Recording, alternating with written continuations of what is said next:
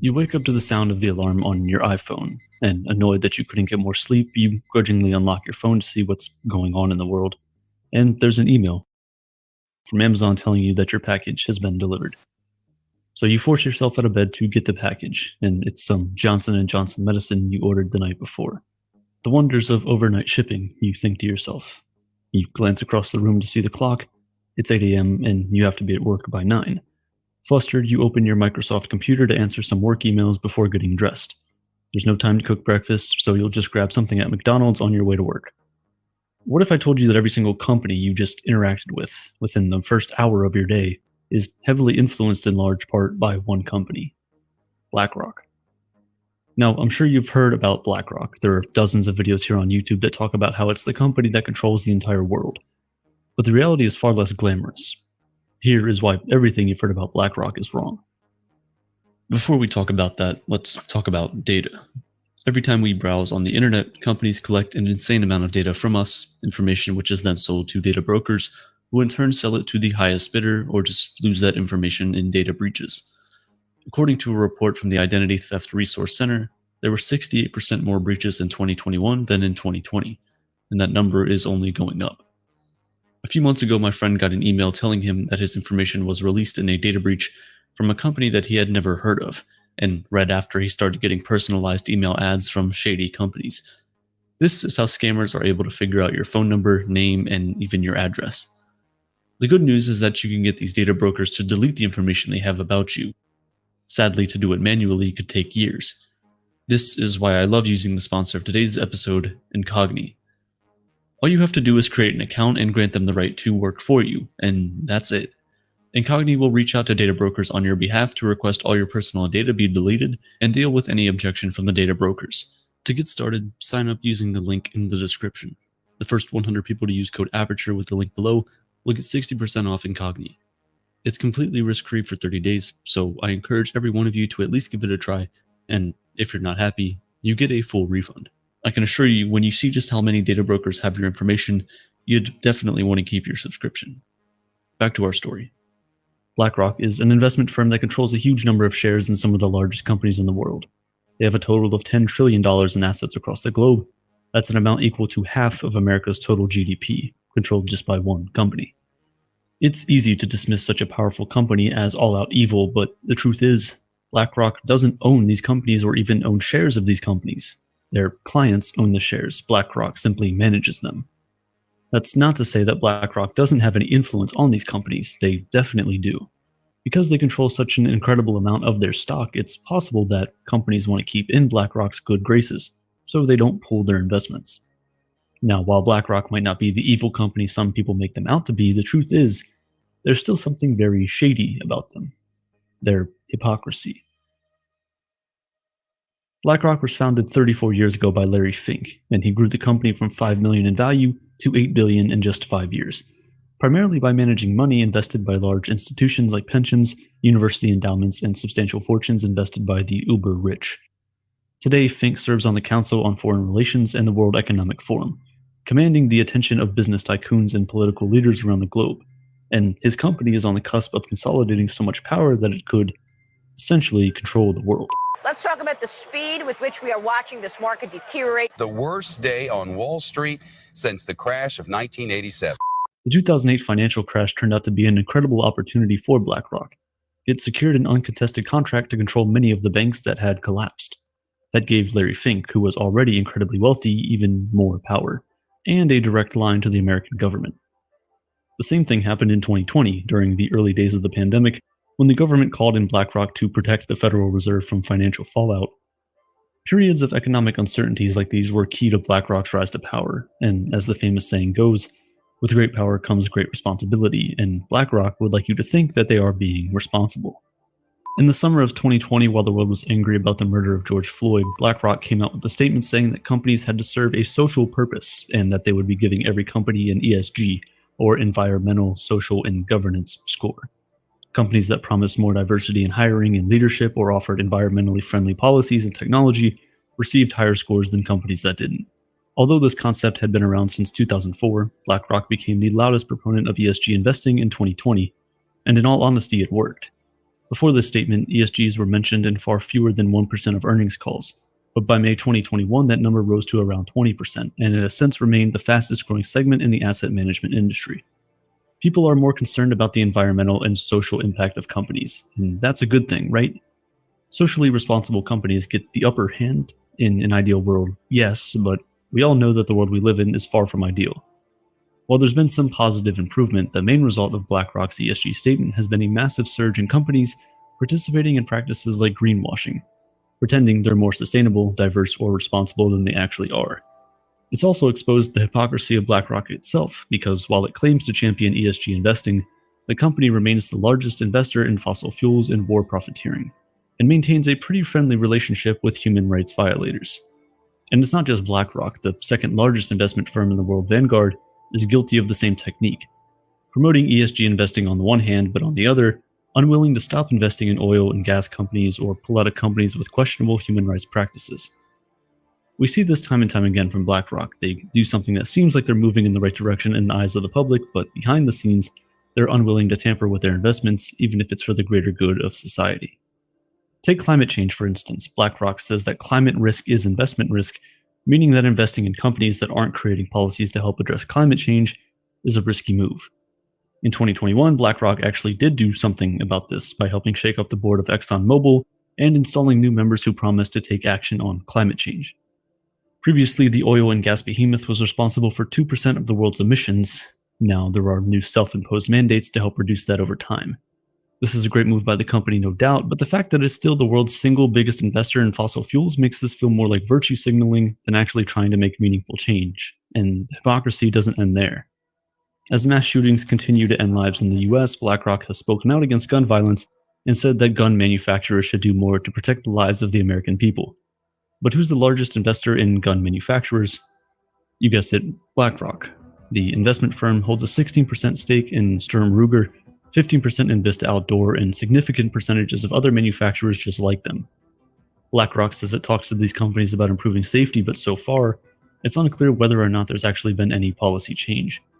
Outside of America, BlackRock's U.S. Aerospace and Defense Fund has billions of dollars invested in major weapons contractors worldwide, like Lockheed Martin, Raytheon, and General Dynamics. They're supporting these companies that then get huge Pentagon contracts and use taxpayer money to engage in violence and war around the globe. Often, these weapons are supplied to foreign governments in the name of peace, like Saudi Arabia, which received weapons from the US government and used them to indiscriminately attack civilians in Yemen during years of civil war. Funding this spread of war and an increase in nuclear weapons shows that BlackRock constantly skirts its own commitment to human rights. So does its engagement with authoritarian governments. BlackRock is officially the first global asset manager to have access to China's mutual fund, leaving critics wondering, what did Fink promise Chinese President Xi Jinping to allow him to access the Chinese Communist Party's fund? To be fair, BlackRock isn't the only investment company out there looking to do business with China, but because of its widespread power, it's been the most successful in gaining a foothold in the controversial territory, which is surprising, especially for a US company. This power also made it a major player in the war in Ukraine. As we saw in China, despite its emphasis on ESG investing, BlackRock has a tendency to overlook human rights in favor of monetary gain. It's been investing in Russia's most prominent companies for years. The British pensions that BlackRock controls alone have contributed $630 billion to Russia. After Russia's annexation of Crimea in 2014, a precursor to what would become the more now than a year-long war in Ukraine, BlackRock reconsidered some of its investments in Russia, but just 1 year later, it was back to being among the top shareholders in the country's biggest corporations.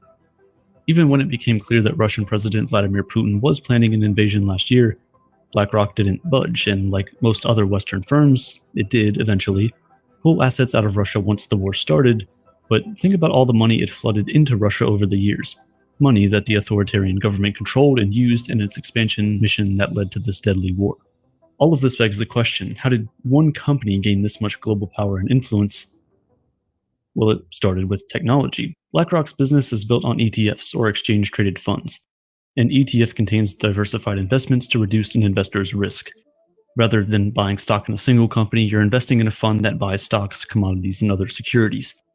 This practice proved to be very lucrative for BlackRock and its investors thanks to a portfolio management software it created in 1998 called Aladdin. Aladdin predicts the possible outcome of every investment and collects information and personal data on everyone who has ever knowingly or unknowingly given BlackRock money. This allows the software to predict how likely it is that a specific investment will fail. Eventually, this technology put Fink and BlackRock on top, making the company the go-to firm for ETF investing, which keeps getting more and more popular. Global ETF assets could explode to 25 trillion by 2025, meaning trillions more for BlackRock. But we don't need to wait until 2025 to see the effects of the power BlackRock has. Right now, BlackRock oversees assets worth 10% of the entire world economy. Companies like Fox, Comcast, and Disney have to consult with BlackRock before they make major moves, since it has such a large share of their ownership. BlackRock and other large firms like Vanguard are the biggest investors in global giants like Google, Facebook, and Amazon. This level of ownership creates an anti-competitive environment. You feel this in the prices of airline tickets.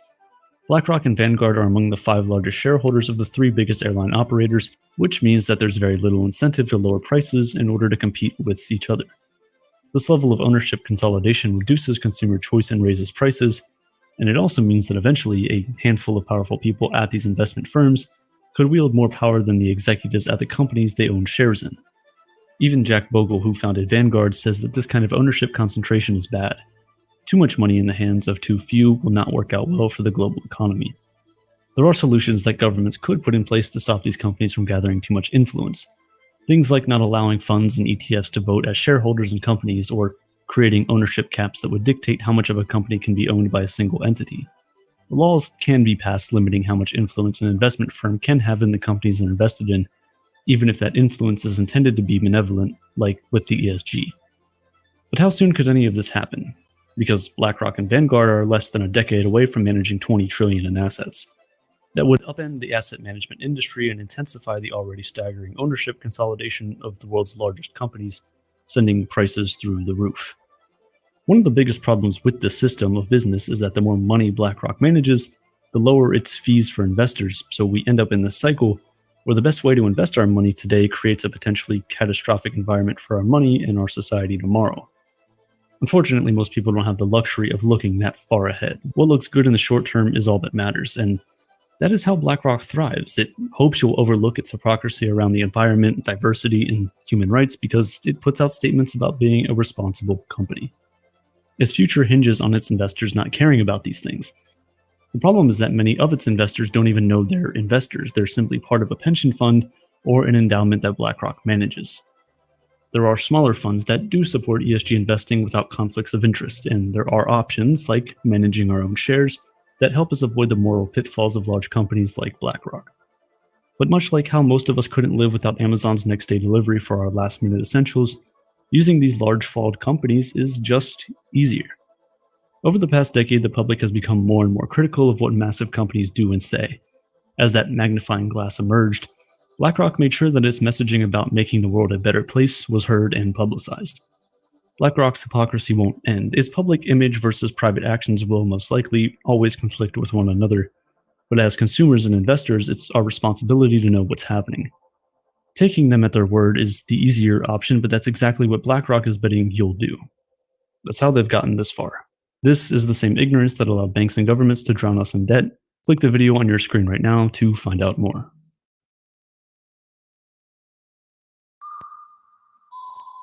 Greetings, folks. We're back at it again, doing the best broadcast ever in history.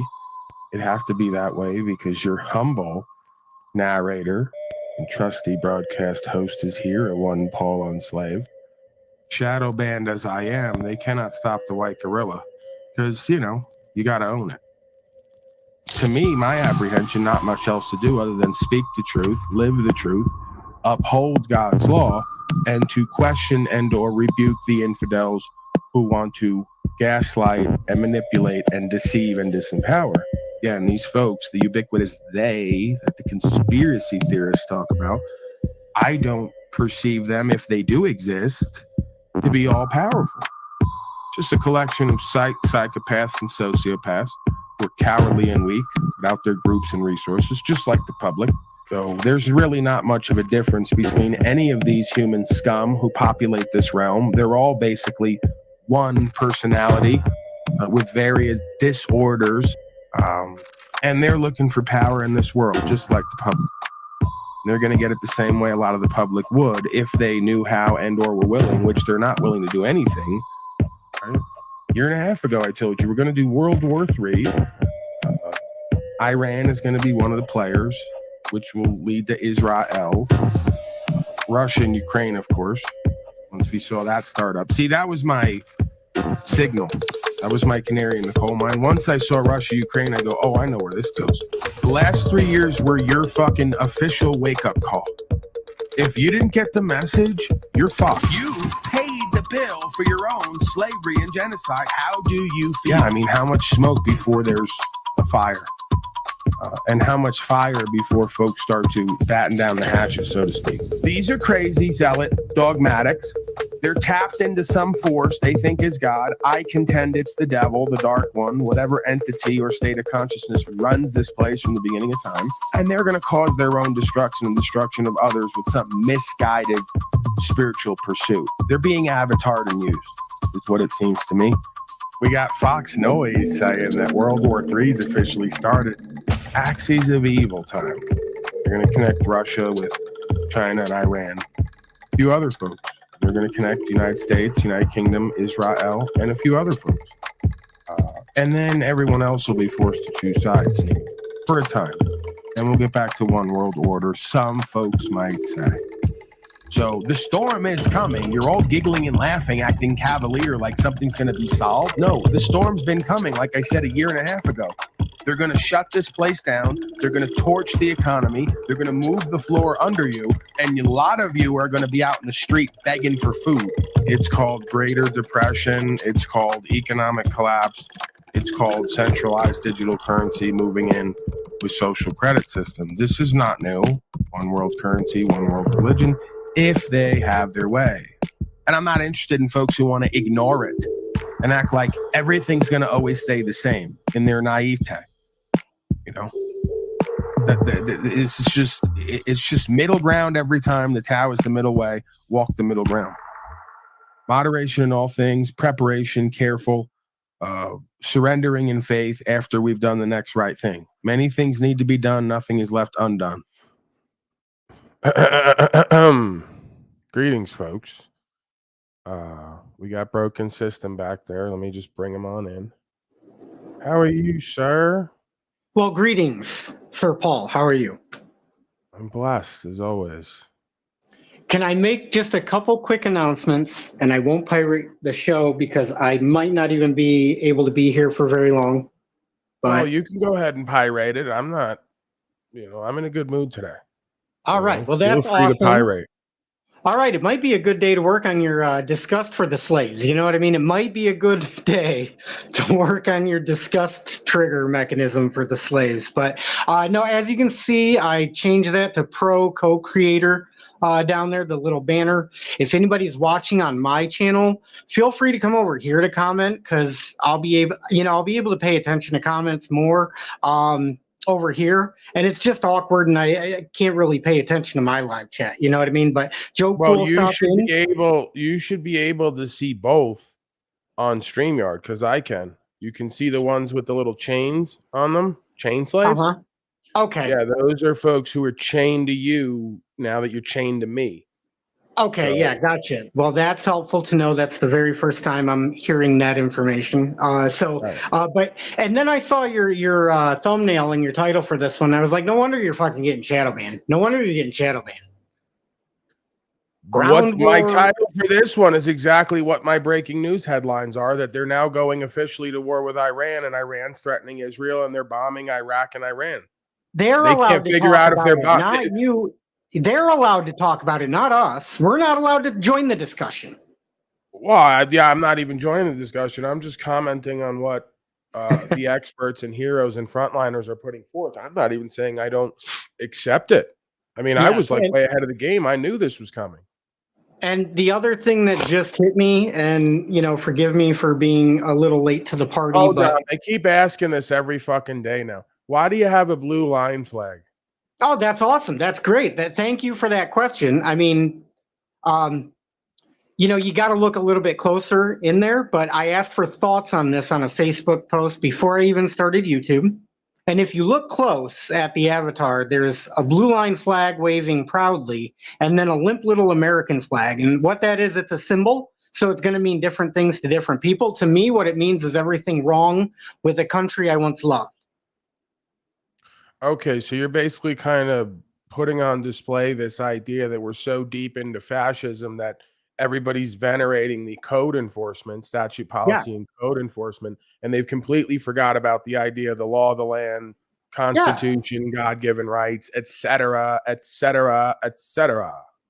And then the guy who even put this flag up, because this is from a real picture in my local hometown, right? This is a local picture. So whoever put that flag up, then I started thinking to myself, like, well, like, does this person who put these flags up, do they even know what they're doing? Because obviously, if we're going to go by flag code, you put the American flag over the blue line flag. The American flag is supposed to be bigger. It's supposed to not be as limp. And so anyways, but I'm glad somebody asked that question because Hold on. I want to hear from this woman. This is a new woman in chat. She was on Telegram and someone in chat mentioned this channel and gossip was cut loose. So you mean to tell me they're actually in Telegrams hating on me and gossiping about me? I mean, it doesn't surprise me, but tell them to get it together. Just doing what we do over here. Listen, the haters are going to magnify, especially with you doing good. The haters are just going to magnify like crazy. So, and that was the other thing that I wanted to get to. And then I'm done, kind of with my spiel. Is anybody over on my channel that does want to comment? If you're trolls, you can comment over here because you're probably not blocked over here on this channel. You've been blocked on my channel because you didn't know how to act right. You didn't know how to stop slandering folks in my chat. So you got banned. So you can come over here. And I'm sure you're able to comment over here unless you've already banned some of these folks yourself. But yeah, I mean, it's not that, maybe some of the things that were said you should believe because, I've done a lot in my own way. So there have been periods where I've gone directly at folks, held them accountable, put their feet to the fire, even projected a little bit and made presumptions and assumptions. Based on what it is that I feel that I know about myself and this universe at this time. So, let's not kid each other. If you're new here, you may catch a clip or a series of clips from me at certain times where, I pull no punches. I don't hold back, no holds barred. Because to me, this metaverse is a simulation. I'm not interested in anybody's pride and ego. I'm interested in the truth and getting down to some principles. And if we have to do chaos and controversy and conflict in order to do that in a metaversal realm, well, all the better, because this is going to hot war at some point. And that doesn't mean that I'm saying I'm going to be part of it or start it. I'm saying historically, that's what you're looking at. So if we got to get online and mix it up a little bit and throw shit back and forth and tell each other what we think and feel or see, perceive, and people got to get their feelings hurt, well, I guess that's part of the game, right? So you're forged in fire here. Nobody said this is going to be easy. Nobody said it's going to be cute and cuddly and pretty all the time. You got to keep it real with yourself and others. And you're not doing anybody any favors, I don't think, by being nice, kind, and polite. You're tricking them and yourself out of an authentic experience. Your thoughts on any of that, Joshua? I related to quite a bit of that, actually. And the same goes for me. If you hear something about me, there's probably a hint of truth to that because that's kind of the key to manipulation anyways is, hey, you get a little bit of truth sprinkled in there and then there's a shit ton of fucking rumors and a shit ton of gossip. So if anybody's curious about me, it's pretty easy. You can just Google, search on YouTube. I'm one of the few people I think that was able to, interact with Paul and kind of build a YouTube channel after meeting him that could build a YouTube channel without having to shit all over him. Wow. I mean, it's just, it happens, right? The way that I present at times, the content, non-tent, bit, non-bit, whatever you want to call it, it shakes people up. It's challenging. It's triggering. It's all the things. And that's exactly the way that I like it, right?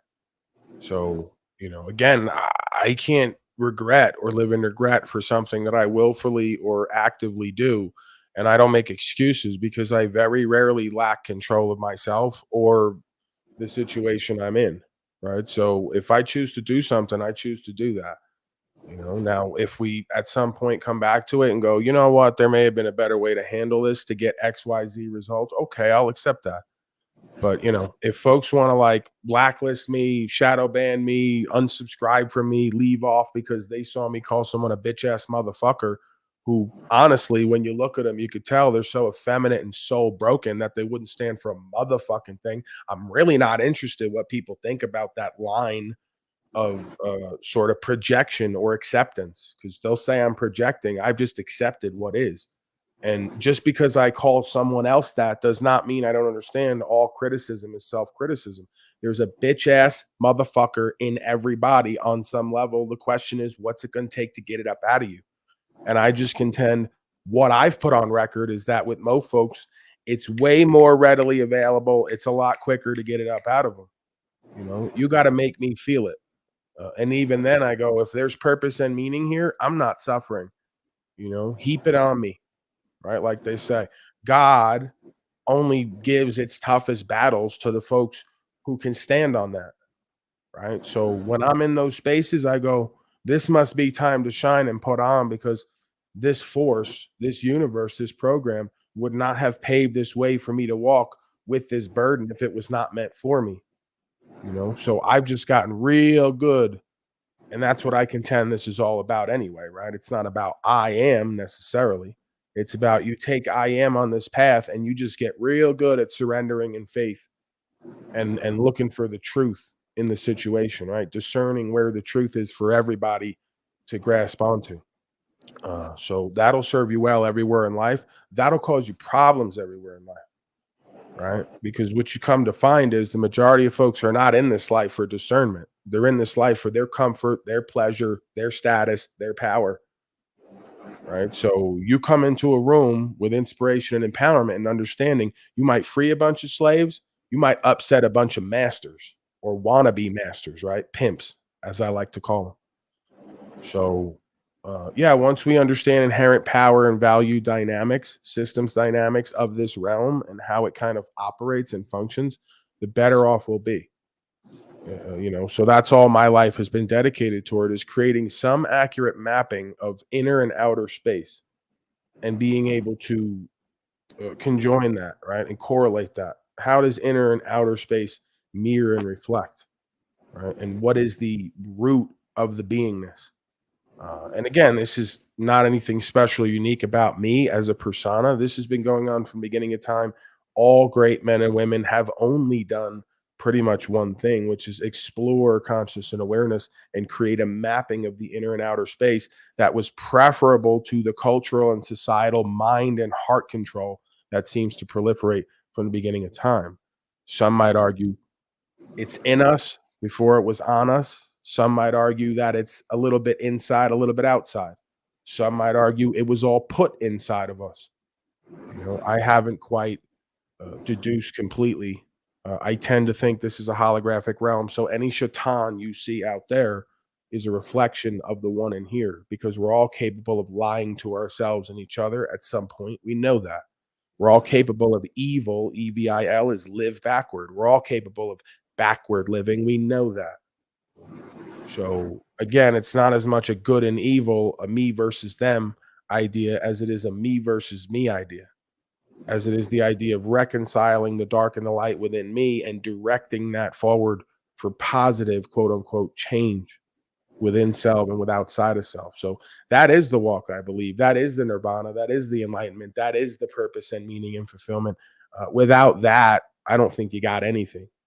And when you do have that, the universe just starts to come into harmony with you and the beings around you, and the tests and challenges kick up and the triggers kick up.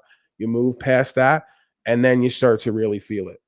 You start to feel your chemistry start to update. You get the firmware update, right, from the universe. You start to get a little bit lighter. You start to feel the inspiration, the empowerment. You start to feel and see the synchronicity. And then that's where you're meant to be, right? So I just look at it as two ways. You're either swimming upstream against the current or you're going with the flow. And you pretty much know it when you're there. If you don't know it when you're there, you know it shortly afterward, because you could look back and go, oh, wow. So your thoughts on any of that? And before we get into the females are brutal, jealous creatures. This woman's been like She's hot to trot lately. Well, that's what I great. was about to comment on is Daisy. I mean, I can definitely understand the sentiment from Daisy. This is the experiment that we're doing here right now with the co-hosting thing. It's kind of like I don't know, pilot program, or maybe we could call it beta testing, you know what I mean, to see how things work out. But I would agree with Daisy right there. You know what I mean? Again, there's no need to be jealous because that jealousy is fostered by the men in your life. When the men in your life are present and aware with clarity for all beings, there is no reason to be jealous, and there will be no modality for jealousy. Because if you fuck with me, I'm checking that right off the bat, right? We're working together here. We're co-creating here. We're communing here. We're not here to compete with each other. We're here to support each other. So at the end of the day, right, there's a back and forth process. A man is going to put his energy, time, attention on some level or attraction with an individual, right? And then that may be multiples. So we're going to share that experience together. We're not going to compete on who's going to have more or less, because that's when I just go, you could go that way, right? I don't need it that bad. Right? I may want it, but I don't need it. What I need is peace. What I need is inspiration. What I need is empowerment. What I need is co-creation. Right? I don't need competition amongst a group who's supposed to be serving toward the same purpose and process and procedure. That's foolishness. That's childishness. That's what the fuck got us here, is a bunch of motherfuckers playing house and monogamy games, competing with each other over who's going to get, keep, and have. And it's been working so fucking great. We don't have a damn community anymore. And we don't have shared responsibilities and resources. Okay? So let's get our head out of our ass. Women are programmed to want one, the best or the better of the bad bunch, and stick to him like glue. Men are essentially meant to, over time, call in beings to be part of that communal experience in that tribe. Okay? So there is no need for jealousy. And when you really reconcile and get back to who and what you're meant to be and have been for thousands of years, you will recognize in one moment there's no space for competition, because without the community, you do not survive. You will not thrive. So keep trying to compete against the same motherfuckers who are going to help build ourselves and each other and what we're doing and being. And you're never going to get anywhere except lost, confused, broken, and alone. And you're never going to have the time, energy, and attention and co-creation of a successful, inspired, confident motherfucker who's not going to play egoic, prideful games to your own detriment. Let's get the game back in its proper perspective, please. Let's reconcile the angelic spirit and the animal beingness. Let's move forward without the taboo, insecure, fearful, egoic games that we have to play with each other because we're in some old trauma space or some fear of loss and abandonment, right? Or some egoic trip where we need validation in order to have some next level of self-confidence. It doesn't come like that. The validation comes from within. The verification comes from without. Learn it and know it like you know your name. Got a bunch of seekers who turn into suckers. That's the bottom line. Well, and isn't it amazing? Oh, my bad. No, isn't go it ahead. amazing? Take over. I'm going to urinate. I just drank a ton of water. Take over. Okay. So it's amazing that Paul even brought up resolution, reconciliation. I had those words actually written down, for folks to come back, try to make peace. We're headed into 2024.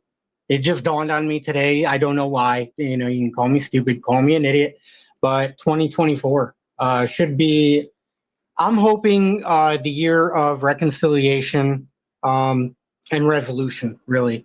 So if anybody relates to that on a personal level, hopefully, I'm not just talking about myself, but I think there's a lot of hurt going on right now in the world. And so hopefully 2024 is the year of reconciliation. So, but I'm glad some folks asked some questions in the chat about the Blue Line Flag. And if you don't know who I am, hopefully you got a better idea. But there's lots of layers to me. So I guess you could start by exploring a little bit of my channel. Other than that, I don't know. I'll check and see if anybody's got some comments. I'm not as good of a broadcaster as Paul, so please don't expect the same from me as you would from Paul. I know you wouldn't. But anyways, let's see. If you make 2024 that, then It will be that. Well, yeah. I mean, I think Paul's back to rescue I'm us. back. All right. So the bottom line is, in this game of life, you're not going to win by competing. You're going to win by completion within self. That don't come competing against other motherfuckers and trying to win or trying to get, keep, and have, right? The winning to this game of life comes through completion with self. Now, you could do that working with another self, but you can't get that through another self, right? So that's what I found. And it's absolutely true and virtuous when it comes to the relationship as I could see it and experience it. So yeah, oftentimes, we're looking for completion through and with others by managing triggers, avoiding authenticity. You step into the respect of self through authenticity. That's when you step into the power. That's when you get the value, right? Not money, power, respect, power, money, or value, right? Because, money, just like at the Scarface movie, right? It was just one piece of it. They want the money, the women, we know the somewhat worldly, egoic aspect of desire. And we also understand that that's part of the game of life. You almost can't have incarnation without some aspect of that, and there's not necessarily, as far as I could perceive nowadays, anything wrong with that. As long as you don't misuse or abuse what shows up for you to experience with. Your thoughts? No, I totally agree. Folks competing with each other. It's kind of, getting a little bit ridiculous at this point. Like, I have to one up the other guy constantly, and it's like, okay, so when does it stop? Especially if it's toxic behavior. You know what I mean? Like, if you're trying to win with like outcompete somebody for toxic behavior, I mean, and I'm saying that as a criticism of myself. I'm not saying that as a criticism. Trying to of harm other or destroy the other person. But if I got Yeah. two women in my life and you want to compete over who can do what better with me, we could have a little bit of fun, play a little bit of a game. But at the end of the day, it's just a game. We're not here to break each other down and tear each other up and play power games and power struggles. That's nonsense. Well, and I don't know if anybody has noticed. I mean, the folks on my channel might notice with the thumbnail I put in there, but there's a Finnish flag on there. And I did that for a reason, just so everyone understands, like, this is on an international level. This is like global scale type level is what's rising to, so I just hope everyone understands that this is not just like a local thing. It's actually much bigger than that. So, you had a guest from Finland come up here. When else in human history could you have international guests so easily and readily available? And so what I'm saying with that is, like, if you can do it, like, you can build a platform, you can get your voice back, you can find your calling, and you can do it. Paul's a perfect example of that. Yeah, I mean, I think it starts within self, like most processes, and probably ends there and continues there. I don't think it's about necessarily a YouTube platform. Well, maybe I should have just said using whatever you need to as a tool to magnify your voice. Get your power back. Presuming that you hold an understanding and have something valuable to say. Sorry if I'm triggering, but I don't necessarily concur that everybody has a voice and something valuable to say or a valuable perspective. Quite the opposite. Majority of folks I meet are a waste of time, energy, and attention. Within 20 minutes, I realize this person's going to require a whole bunch of assistance to unlearn a whole bunch of nonsense that's been put in their subconscious or their conscious mind. So to presume that everybody should have a platform because everybody has a voice and therefore everyone has a valuable perspective and something valuable to say, I think is extremely gullible and naive, or an extreme attempt to try to seem politically correct and to resonate with all beings at once. We can resonate that we're all oneself on the highest level, but on the lowest level, many folks are lost and confused, disturbed, disintegrated into the creational patterns, the biorhythmic sort of nature of beingness. So why would I listen to or give value to somebody who, by all accounts or all presentments, is completely in denial, delusion, and disconnection? That would be foolishness, right? So at some point, you have to step out into a power of understanding if you have a discernment that you have a discernment or that you're cultivating that. So not everybody or everything is for everybody all the time, right? This is why folks at times have to learn to let go because they got a bunch of friends, family, in quotes, friends, family, and all the rest of it who are not walking in the same purpose and meaning. And they're a distraction and a detraction and a source of disempowerment for that individual. And we want to get guilty or resentful instead of just learning to let go. You can love motherfuckers from a distance. You can have care for them, but sometimes you got to walk this path. Sometimes you got to have the circle so small it's you and the spirit, right? And then these motherfuckers around you are going to love you and learn from you or with you by example. The rest of this shit is nonsense. Just like I say about these fucking holiday seasons. The energy's in the ether. It's about who and what we are. And then they want to go to putting trees in the house and putting a bunch of shit under it and talking about what we're going to get and manufacturing a fake experience at the table with a family who they haven't gone to the depths of completion with. It's a bunch of nonsense when you see it from the cosmic consciousness perspective. They're kidding themselves and each other. They're tricking themselves right out of position. And just over the horizon lies their enemy, another in quotes, because there really are no enemies here. But folks who are going to run your life and already are, and they've already been running your life through your subconscious because you went through a public fool system and got unraised, lowered by a family who was already uploaded with the fucking programming. So you step back and you realize, holy shit, I'm in a holographic simulation where potentially I am the one, but I'm not because I don't believe and or know who and what I am, what self is, and how to take it through the world without a whole bunch of codependence, bondage, and vice. And it's people, places, and things. It's the first thing they're going to teach you in NAAA. And then they're going to tell you, you better find a higher power, a higher purpose to serve, fuck slave. Because if not, your subconscious mind is going to take you down over time, whether you realize it or not. And that's part of the idea of knowing yourself, is knowing the subconscious and being able to reverse engineer it. If you can't access it directly, you better observe your behavior and be able to reverse engineer what the fuck's going on inside of you. Because if you don't, somebody else is going to become aware of what's in your subconscious rather quickly, and they're going to use it against you to run you. It's called pimping and hoeing. And I don't give a fuck who's triggered by that analogy, because it's exactly what it is.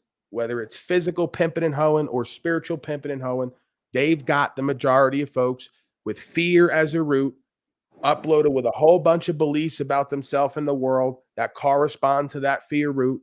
And it keeps them in disempowerment and paralysis all their life, working through toxic emotions like guilt. Do I look guilty to you at this point? No, I've reconciled. I don't give a fuck who thinks or feels what about me. I'm on a walk here. I'm on a movement inside of myself first and foremost. I'm seeing untold amounts of value and success come forward inside first and foremost, and then replicate it outside. You think I'm going to stop that process even for a moment in my day to entertain your fucking worldly nonsense and bullshit and dysfunction? Absolutely not. That's how much I value and care for myself and the truth at this point. So you can learn something from that. And I'm speaking to some folks directly and indirectly, right? Because I had someone email me yesterday. Stop emailing me. Stop stalking me and chasing me around. Stop begging me to meet me. The only reason that you see any value in me is because of what the fuck I got in me that you got in you. Go sit with it and cultivate it, and you won't be so needy and desperate and codependent. I'm not your best friend. I'm not your daddy. I'm none of that. I'm an ordinary man pursuing extraordinary knowledge and state of beingness. That's it. Stop idolizing me. Stop putting me up on a pedestal. Stop thinking your fucking completion in yourself and your life's going to come through me, because it's not. It's going to come through you as a self or not at all. And if I can help to facilitate that process, I'll be there all day, every day. That's what the fuck I'm doing here. So if you want to be part of that walk in that process, here's where you can do it. If you don't know me physically in person and can't do it with me on the land, and I'm not meeting with nobody at this point.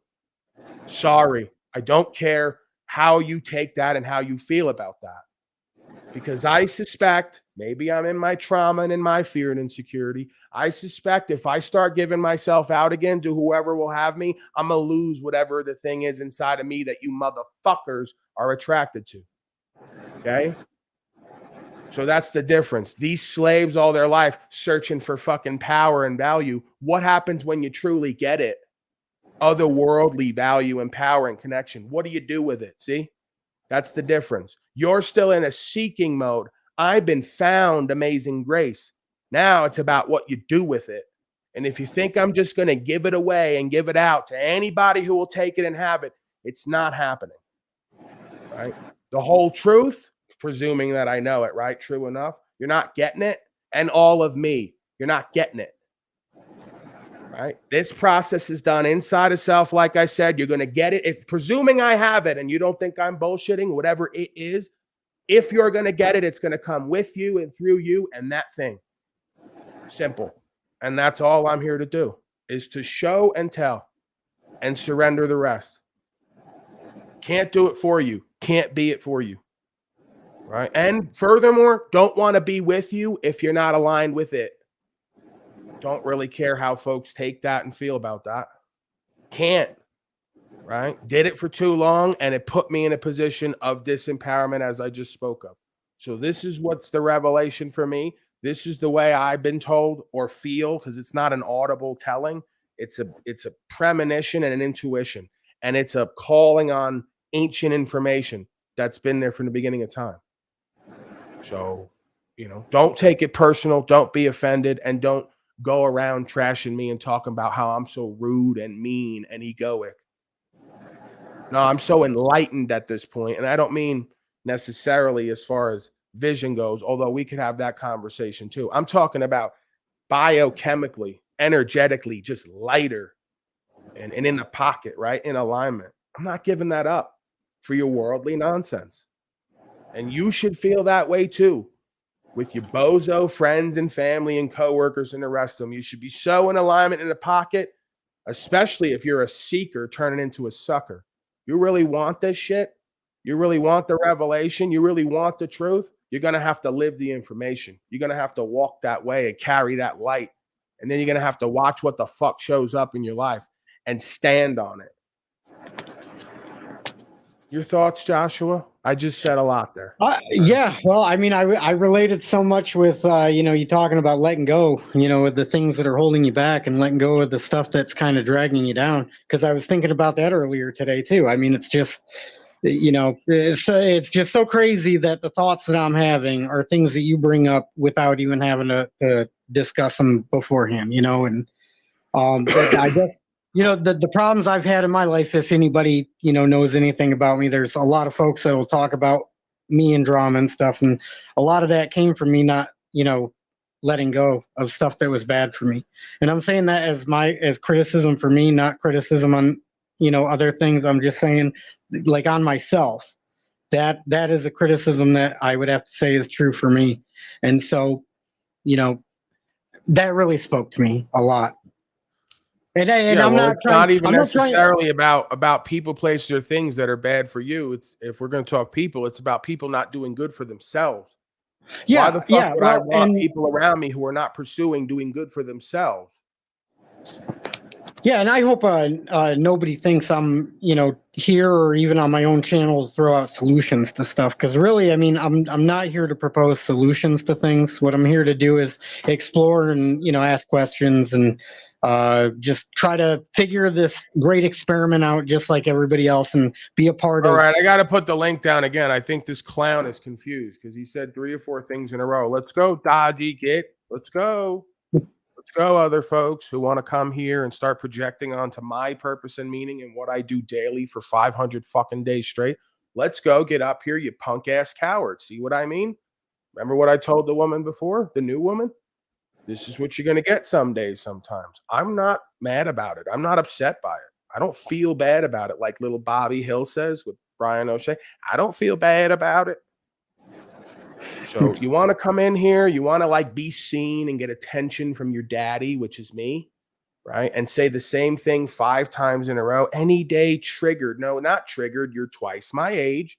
You're a fucking clown and a coward. You won't come up and talk to me in my face because you're a coward. And you just said the same thing 5 times in a row in chat like a bitch ass hoe because you want daddy's attention. Now you got it. There's no triggering involved. I pulled the trigger on your bitch ass and put you on a spot. And here we are. Do I look triggered to you? Do I look like I'm in my feelers or upset? Nah, I'm talking straight at you, man to man. You would know triggered if you seen it.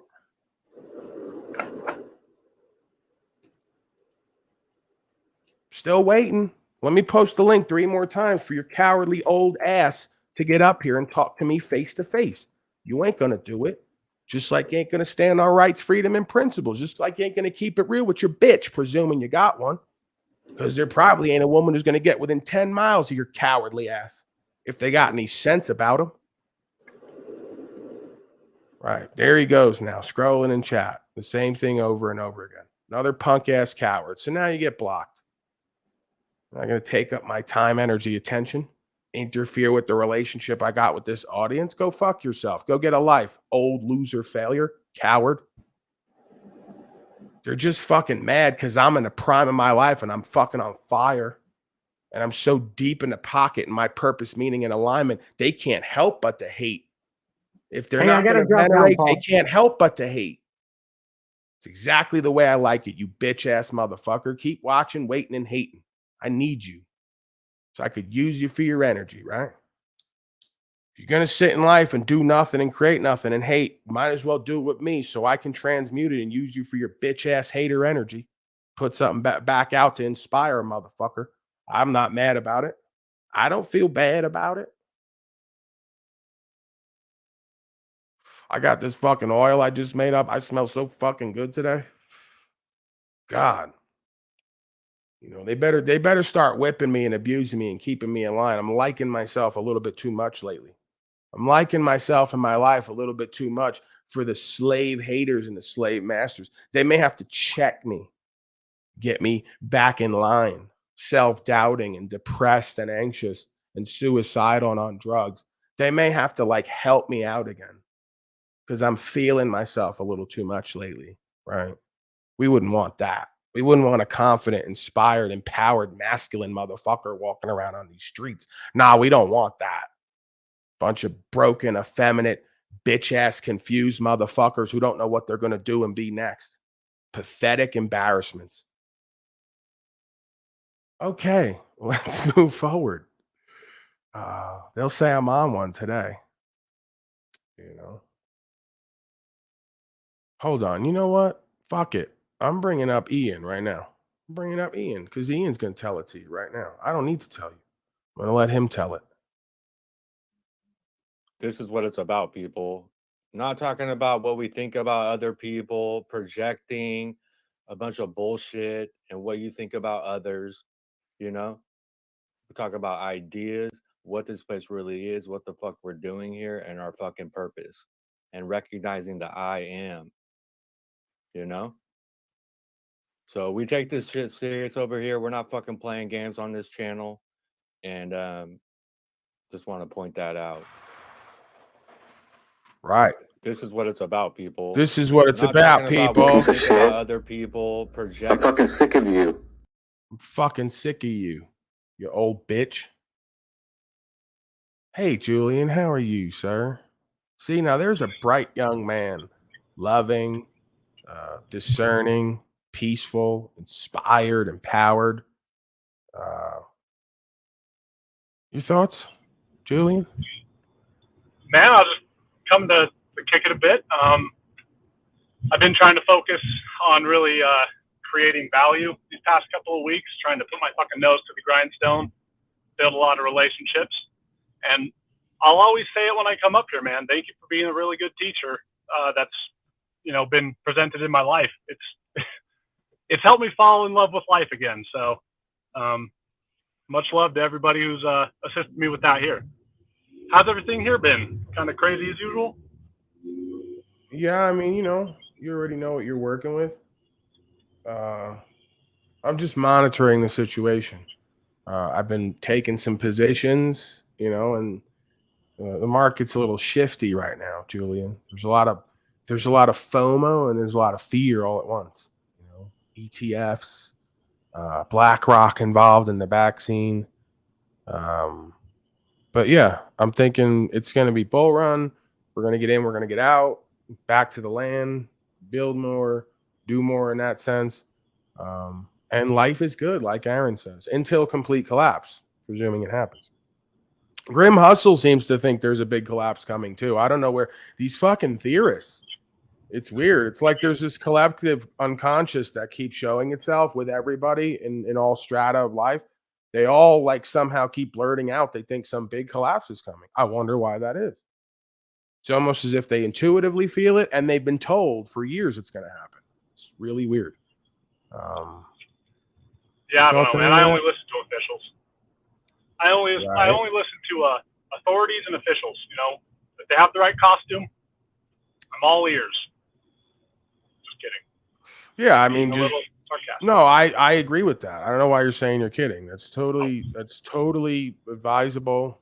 You know, I say go ahead, take out another mortgage. Just keep paying your slave tax. Show up to your office. You know, just let the inflation kick up another few percent. You know, soon it's going to be like $20 to just have a sandwich, but that's okay.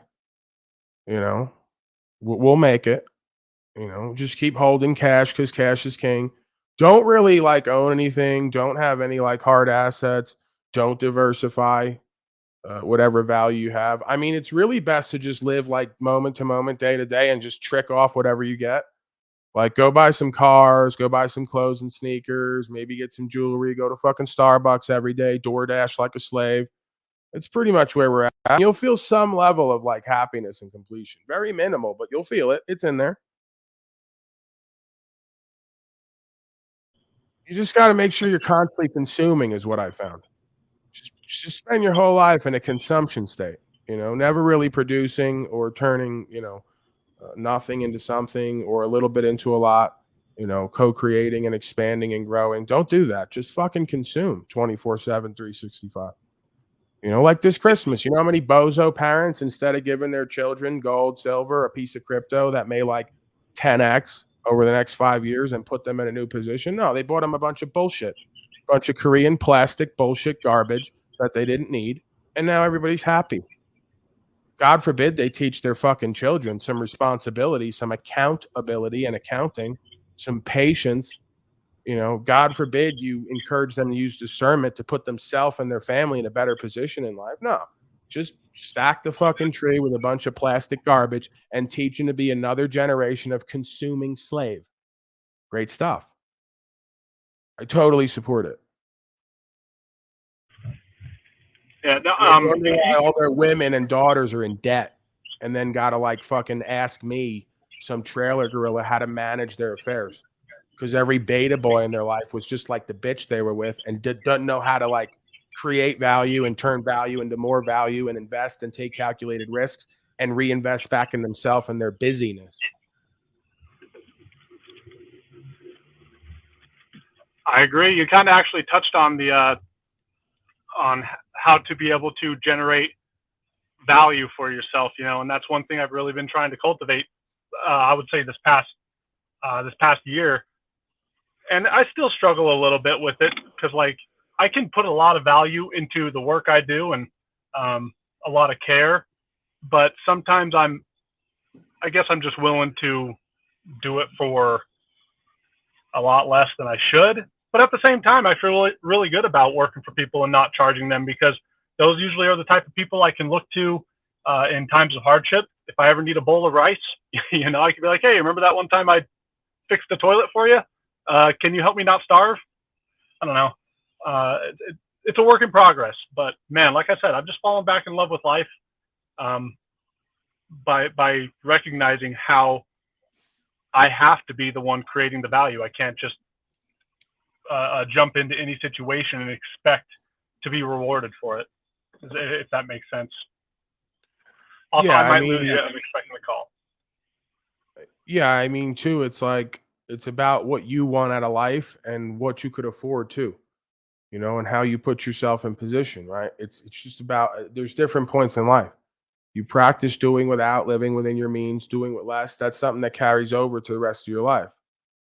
And then there's times where you go, you know what? I put my all into something. I do good work. I'm good at what I do, and I'm excellent, right? And you kind of feel like when you're there, right? When you're confident, you're not necessarily egoic and arrogant. And then maybe at that point you do set a price in a sense, you know, and you go, well, the average slave out there is going to charge you XYZ. I'll meet somewhere around that, do a little bit better maybe for yourself. And people are willing to give that if you bring them exemplary service and product. So there's nothing necessarily wrong with profit. There's nothing necessarily wrong with healthy competition. That's what makes a free marketplace work, is incentive. It's just that money can't be the whole incentive, right? Because then you show up, you slap the shit together, you don't give a fuck. And then when they need you to come back and repair it, you don't show up, or you trick them off because you already got the money, right? There has to be an ethic as the primary value system, right? Objective logic, morals, and ethics. That translates to the value, because again, if I show up to do a job, I'm not going to lie to you. I'm not going to steal from you. I'm not going to use cheap, fucked up materials and tell you it's 10 times the amount. You're going to get exactly what the fuck you pay for, and then some, because I care about myself and the job. That should translate to more value in any rational, logical being's mind, right? You get what you pay for, like they say. So absolutely. And it's a lot of fun, because with the people who have decided to kind of take a chance, right, on the guy who's not licensed or certified in certain areas, they are able to recognize that value a lot more readily than some of the people. One of the biggest challenges, I guess I should say, is reaching out to people and saying, hey, I'm not even going to charge you a fucking price. You can choose what you want to pay me for, what you think the work is worth, or what you think my time is worth, or even if you just want to pay me some conversation. I don't care what you choose, but it's so odd how so many people are put off by that. But it really speaks to the condition of the world today. You know what I mean? But you told me in the past that when you left it open for them to give what they thought you deserved, that they all pretty much hit around what you would have got anyway. Yeah. So the people who like the way that I've been doing it, I just get on a social media site, like a neighborhood app, and I'll reach out to people I've never met and just say, hey, this is who I am. This is what I do. I'm just offering services for whatever you can afford, or if you want to pay, whatever. I give them my little spiel, and it never ceases to amaze me how many people kind of back away from that because I don't have like a general contractor's license or something like that. And I get it. For some of the bigger jobs, you really probably do want to have some type of, I don't know about insurance, but some type of backup in case something does go wrong, because in a maintenance job, if you fix one thing, it could cause another thing to break, and it can just be a domino effect. But it's really a fun experience to meet the people who are all about like, yeah, I love the idea of working privately with you and being able to be equitable with one another, versus the people who are just like, oh, 100% corporate for life. But what a fun experience. So they're down there going back and forth in chat, and then we'll get back to what we're speaking about, because they can't help themselves but to do gossip and drama and nonsense just regularly. So Salty Siren doesn't have to come up here because she's not running her fucking mouth in chat talking shit to the host or to panel members, right? So when I say up or out slave, or she says up or out slave, she's repeating what I say. Okay. She's not telling people what to do. I regularly say that because they're running their mouth, or rather their Twitter fingers. So they need to be encouraged to be more honor-able, presentable, good faith men, and stop being such hoes and cowards typing in chat twice my age. Right. So when she says up or out slave, it's because I already told him up or out slave, and I timed him out, and he's back down there doing the same thing again. So I got to treat him like a child and break him of his broken hoe ways. I got to pimp on him a little bit. It's just how the game goes. I've had to break on so many of these broken hoes' egos to get them back in line, that I become daddy here. It's how the game goes. If you're going to do fellowship, if you're going to do facilitation, if you're going to do anything where you have to take on a position of leadership or host, you're going to have to check motherfuckers' ego at a certain point and offer them an opportunity or offer them a door, right? Get the fuck out. What makes you think I need you here? You need what I have. I don't need what you have, and I don't need you here.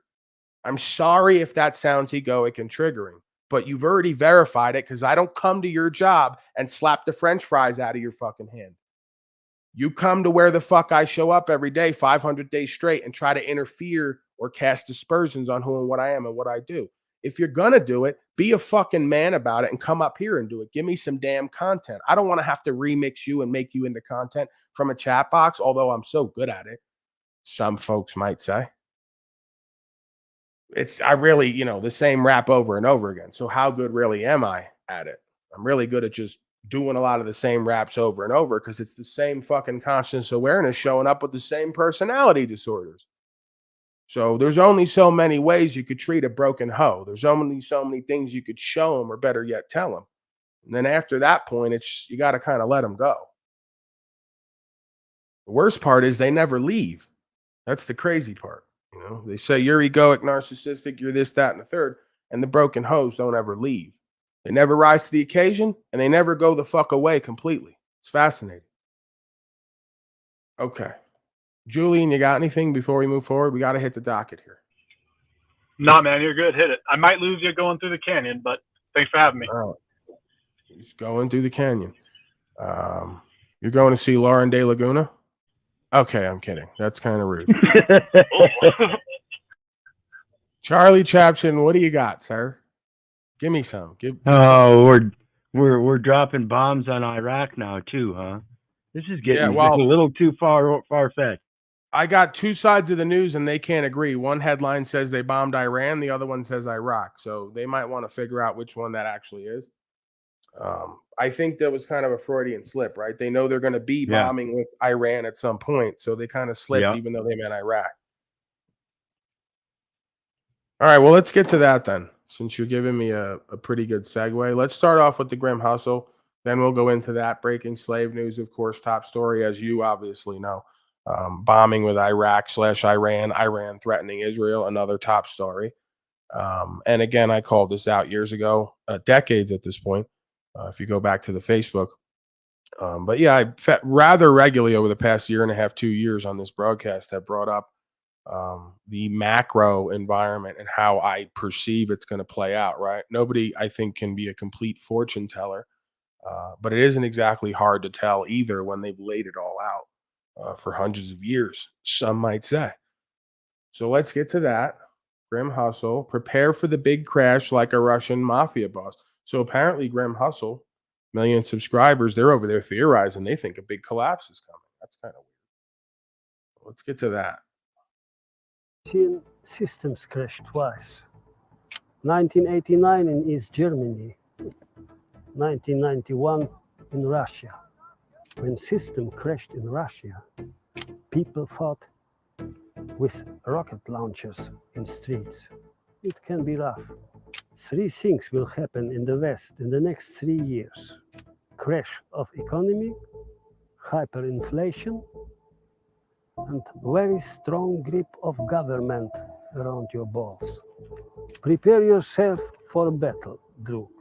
1. Stop using your legal name in the internet. 2. Have your main crypto in an anonymous wallet. 3. Limit your social media time on 1 hour per day. Do not trust media. Trust more what you see on streets with your own eyes. Number 4, use cash, not cards, as much as possible. 5, use independent encrypted messengers like Signal and Vicker.me. Number 6, find a small place where you can live off grid for a few months.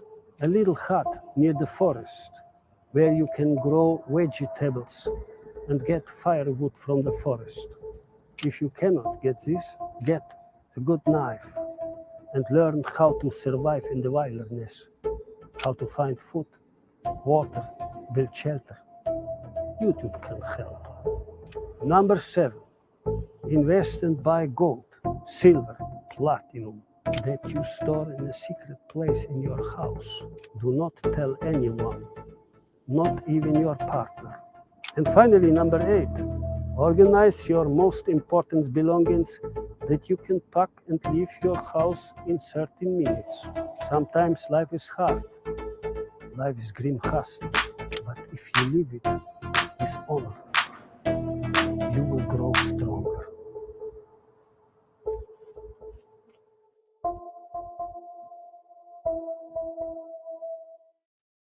Your thoughts, wizard Well, creature? I don't have but a couple trinkets of gold, but I have a little bit of silver.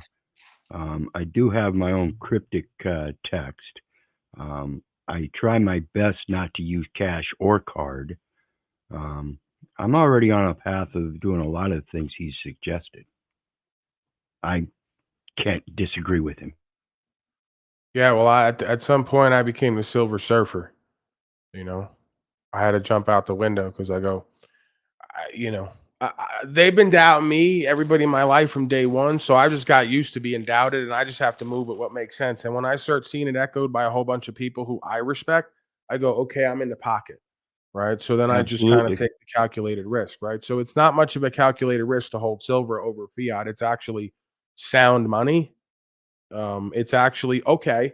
I have the video of the man talking about how gold and silver has become legal tender again over the last 8 months.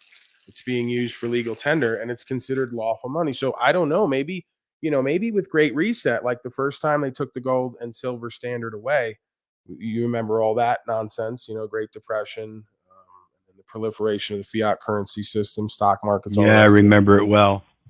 Right. Right. Well, we remember the history of it if we weren't Yeah. there. So it seems that we're like doing shifts now because we shifted Yep. at first to get here, and now there's either shifting back or to something new. So, maybe they just like write up policy, then confiscate like they have in the past, the gold and silver, and then maybe they like regulate it from an ETF perspective, and they give you some digitized version of it to trade amongst yourself and spend at Burger King. But you never actually get the gold and silver, right? And if you do have it, they encourage you to come on and turn it in because they've done that in the past, right? This is past history. This is not anything new. So oftentimes when I speak here about right or wrong, oftentimes when your audio is horrible. Oftentimes when I speak here about what may happen in the future, it's because I'm studying the past. History, if it doesn't repeat, tends to rhyme. Yep. Greetings, Jennifer. Oh, you didn't need to do that. All right. Jennifer dropping me off some sustenance, care package of sorts. Rodney, what do you got? Did you want to get in on something here? I think he froze up on us now.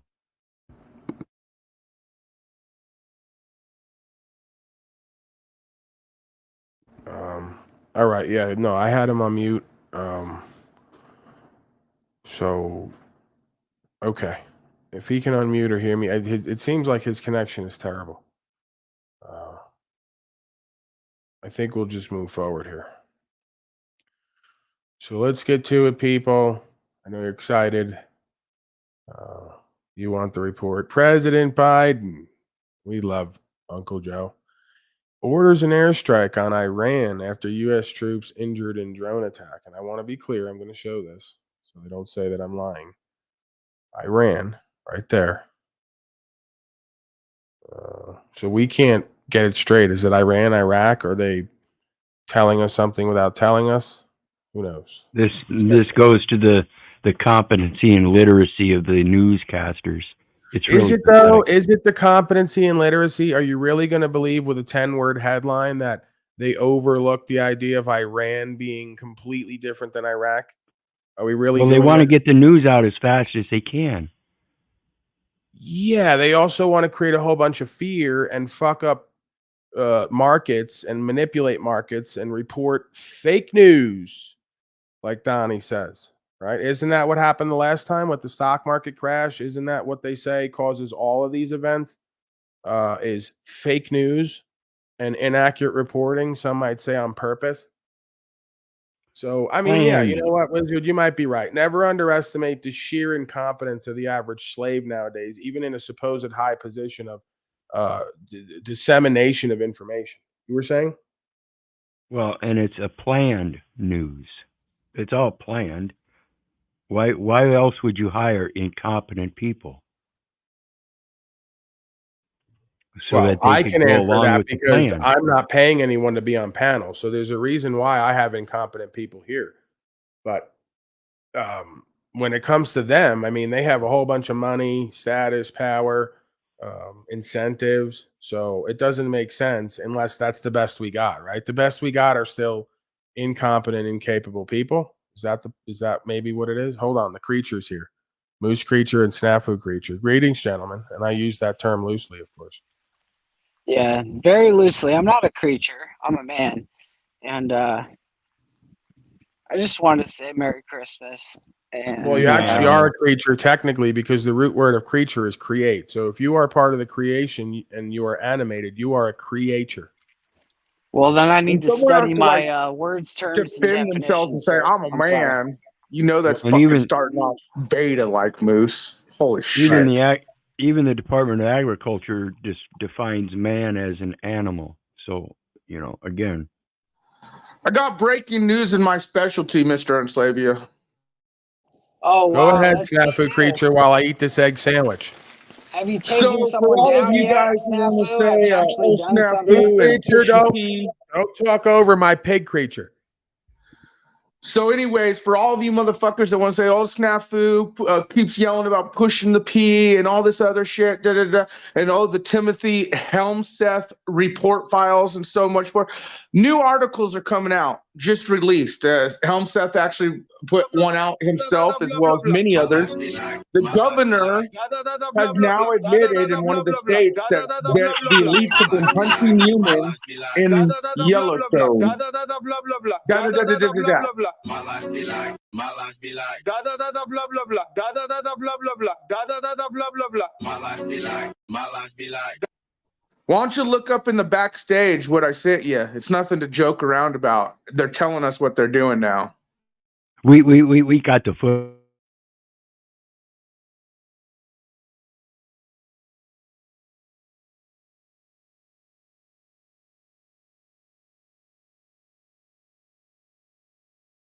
Go ahead, snafu creature, comment. I just told you I'm eating my egg sandwich.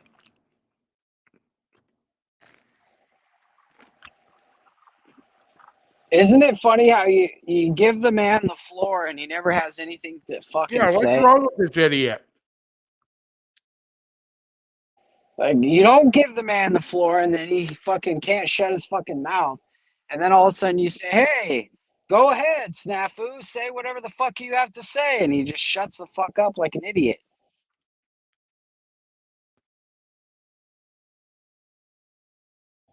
So I'm just going to talk then, since you aren't, you fucking jackass.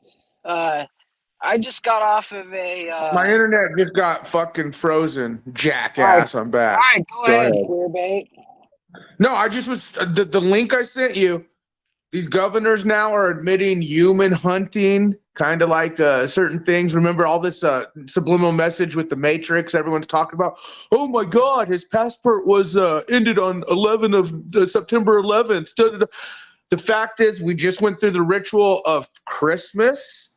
So dark winter, perhaps, is coming ahead, ladies and gentlemen. Prepare. God, fuck. I wait till the day that you actually take someone down. It's like you're the detective that has You're the never one actually holding done the child with fucking... the predator fucking online, you dumb Oh fuck. my When he's God, holding here we cocaine. go again. Do you I want just your passed child to out sniff that 200 cocaine at plus Tommy's? You toys dumb and fuck. 200 plus Your bags buddy of candy Tommy to had some people in the cocaine for you middle and of your fucking child. nowhere. You dumb I'm fuck. out here actually doing some fucking work Yeah, while you're you're out sitting there there hugging, jacking getting, off and to hugging fucking O'Shea and Jennifer hugging up on Aniston, who's actually a dude. flow state, you dumb fuck. You're hugging on predators. Actually, I'm not hugging on predators. I was You fucking fucking wrecking were Tommy rubbing last nipples night. with fucking I was wrecking Tommy last night because he was trying to wreck Slave Dave, and he actually had no evidence, no well, Slave Dave supporting is a piece of shit anything. scumbag too. Anything. So what's the Just like matter? you, you're a fucking No, retard, Slave and you Dave never is get just as anything bad as me in done. China, huffing gas. See, you When's the like last to time hug you a buddy, actually fuck took a buddy someone with the down, fucking Snafu? You've never scumbags of the done it. You world. never will. You're You just like a to hug piece a of buddy, shit fuck a who buddy with talks a scumbags lot. of the world. When shit I'm a hits the man of fan, action, your choice brother. will be scumbags or real recognize real. And when you choose the real recognize real, they're gonna hold you, hug a buddy, fuck a buddy with the scumbags, and they're always gonna keep an eye on you. You dumb Why do you fuck. think I'm not afraid to meet my maker? I'm not afraid. You're a fucking pogo Am I fucking afraid to be my fag maker? boy. No, I'm not afraid. You're the one who's not afraid to hold your child up while cocaine fucking predator is talking to you on your panel. You know, you're lucky that Paul's eating a fucking sandwich right now. He's not enjoying it because you're Why being am I a fucking lucky? bitch. Well, what has No, I changed am. I over actually am snafu? enjoying it. It's an egg sandwich. It's really good. All Is there right. cheese on it? Egg There has to be cheese. Okay. As long as there's cheese on the egg sandwich, you need your cheese intake. Mm-hmm. See, Daddy's eating. We're fucking talking. So Yeah, you and want here to you- talk shit to here me you while are you hold a being the little child up beta while boy. guys waving cocaine around, pushing the predator fucking symbol. Same with host state, fucking supporting these fucking guys involved in predator shit. Fucking, it's interesting, Moose. And you want to say I stand for nothing while you're sitting here, hug a buddy, fuck a buddy with It's predators not on that you don't children. You stand dumb for fuck. something, Allegedly. Snafu. It's that you never get Allegedly. anything done. If you actually stand Oh, for I something get and you nothing get done. something done, I'll I be get behind nothing you. But done. you've But you're the never one gotten anything fucking. done. You've never taken down any pogo, Merry Christmas, any guys. predator, I'm nothing. Moose. Merry Merry Christmas to your Christmas. pagan I'm holidays. Snafu. I'm I do the Moose. same fucking Merry loop every fucking Christmas. day and drive everybody Merry fucking insane. pagan Christmas. I'm Moose. Dark winter's coming, you dumb fuck. And this is a great example as to why none of us could work together in a group. So Yeah, I mean, let's based be on clear. It's winter been alone, dark when real spring. life It's shit been hits dark the fan. summer. It's been dark fall. It's already been dark. I mean, look at you people. Look at what you're up to. Your whole And life Julian, is you dark. made a statement which is disgusting, really, honestly. You said it's exciting to see these people stand up for their rights and freedoms and against tyranny. So it's exciting to you Paradise. when our forefathers would be rolling in their graves saying, "What the fuck are these chumps doing?" Hey, bro, we're Snap way past that. We're way past that. I know, but I'm just saying, like the terminology he said, it's exciting. So when they start killing us to stand up for our rights, is it going to be exciting for you, Julian? Well, yeah. well, bitch, would you rather die doing something fucking retarded like Hey, you do Snafu. every day? So you'll or be would the you rather cheerleader die saying, "I'm doing I got something one question for worth you. dying, dumbass? I'm Come on now. excited. It's exciting to exciting. watch. It is fucking exciting. tyranny. To be You able to can't take deny scum that. like, to be able to take scum out of this earth instead of just dying like some fucking loser, that does sound exciting to me. So again, you know, No, it's not exciting to watch a bunch of cupcake fuckers like you who have no discernment what's about to happen in this I mean, world. it's going to be scary, but fear is exciting as well, right? It excites the senses. exactly. No, It wakes you I up. get that. But did you see how he said it in his excitement? It is exciting, guys, to see people stand up for the driver's license. Like this motherfucker, like the driver license shit is just part of the web that's gonna lead to the fucking you gonna Now, bleed out. Preacher, are you able to? Have you ever I know your head popped off. Have you ever had a different experience in consciousness where you started to get the impression that this world is not all there is? So while Absolutely. we discern the good from the evil, we're also aware that we're in a body, we're subject to this simulation and death, and therefore there's really not much point in fearing or trying to resist whatever life on life's terms is, but rather to enjoy it, make the best of it, and prepare and co-create as much as possible. No? I agree. Life is fragile. Make the best out of it. Now, are you going to be a You're fisherman? probably going to go to war at some stand up? point. You're probably going to see economic collapse. You're probably going to see a whole bunch of shit we've seen over and over again. And to deny that it's the best and worst time to be alive, I think is kind of sitting on the side of toxic negativity or toxic positivity. Nobody's claiming there's not a reason to pause and reflect and to reorder and reprioritize. It's just we don't have to take fear through this life consistently. Yeah, No, I'd agree. And I would also say the time we have on this earth is probably compared to a grain of sand on a beach compared to eternity, if that makes sense to some of you people. Whether you're religious or non-religious, whether you're about power, frequency, Yeah, or it's like saying when we look at a fly, the fly has no perspective that its life is gone in the blink of an eye, relatively. It has a 2 to 4 week, whatever it is, lifespan. For the fly, that's its whole life. It's a whole lifetime. For us, it's a blink of an eye. The same way the God force or the universe looks upon us and our 80 to 100 year run like that. Yeah, Snaps. I meant it more in a way like when I was young, I was like terrified of roller coasters, right? But my dad made me go on one, just be like, hey, you can fucking do it. I know you're scared, but do it. It seems inevitable that we're going to be facing all this shit. Scared, you guys. I'm trying to say, be an official man for the times come. Julian, have you ever been locked up in prison? Have you ever been in a position like flight or die, so to speak? Like, have you, whether prison or not? Have The you? devil is confused down there. I don't need to resist the dark side. I need to reconcile the dark aspects of myself and creation and direct that for beneficial change for self and others if possible. What you resist persists. What you ignore will persist as well. Reconciliation and resolution is a different animal. I haven't seen the devil come up on panel for a while. Well, usually it's here in the form of Illumitami, but today he's bearing his all, right? Yes. He's trying to probably figure out how to fix his channel. Devil low on live streamers lately. Yeah. My numbers are up this week, or at least today. Devil's numbers down. So I don't know. Make of that what you will. I get, Julian, what you're saying. It's an exciting time to live in the days we're in. Prophecies being fulfilled at the highest rate as well, but also the hug-a-buddy, fuck-a-buddy complex, which is going to be used, and a lot of it will be for control of fear for compliance. That's why when you got like the excitement thing, Right, but what is your fear of others' compliance, right? Let's get to What I is want to my take fear? Snafugle to the next level, right? Like, Okay, what I don't is really your have- I fear don't- you carry around consistently for other people and their compliance? Because we know they're going to do it, right? You and I, Snafu, it's me, it's Uncle Paulie.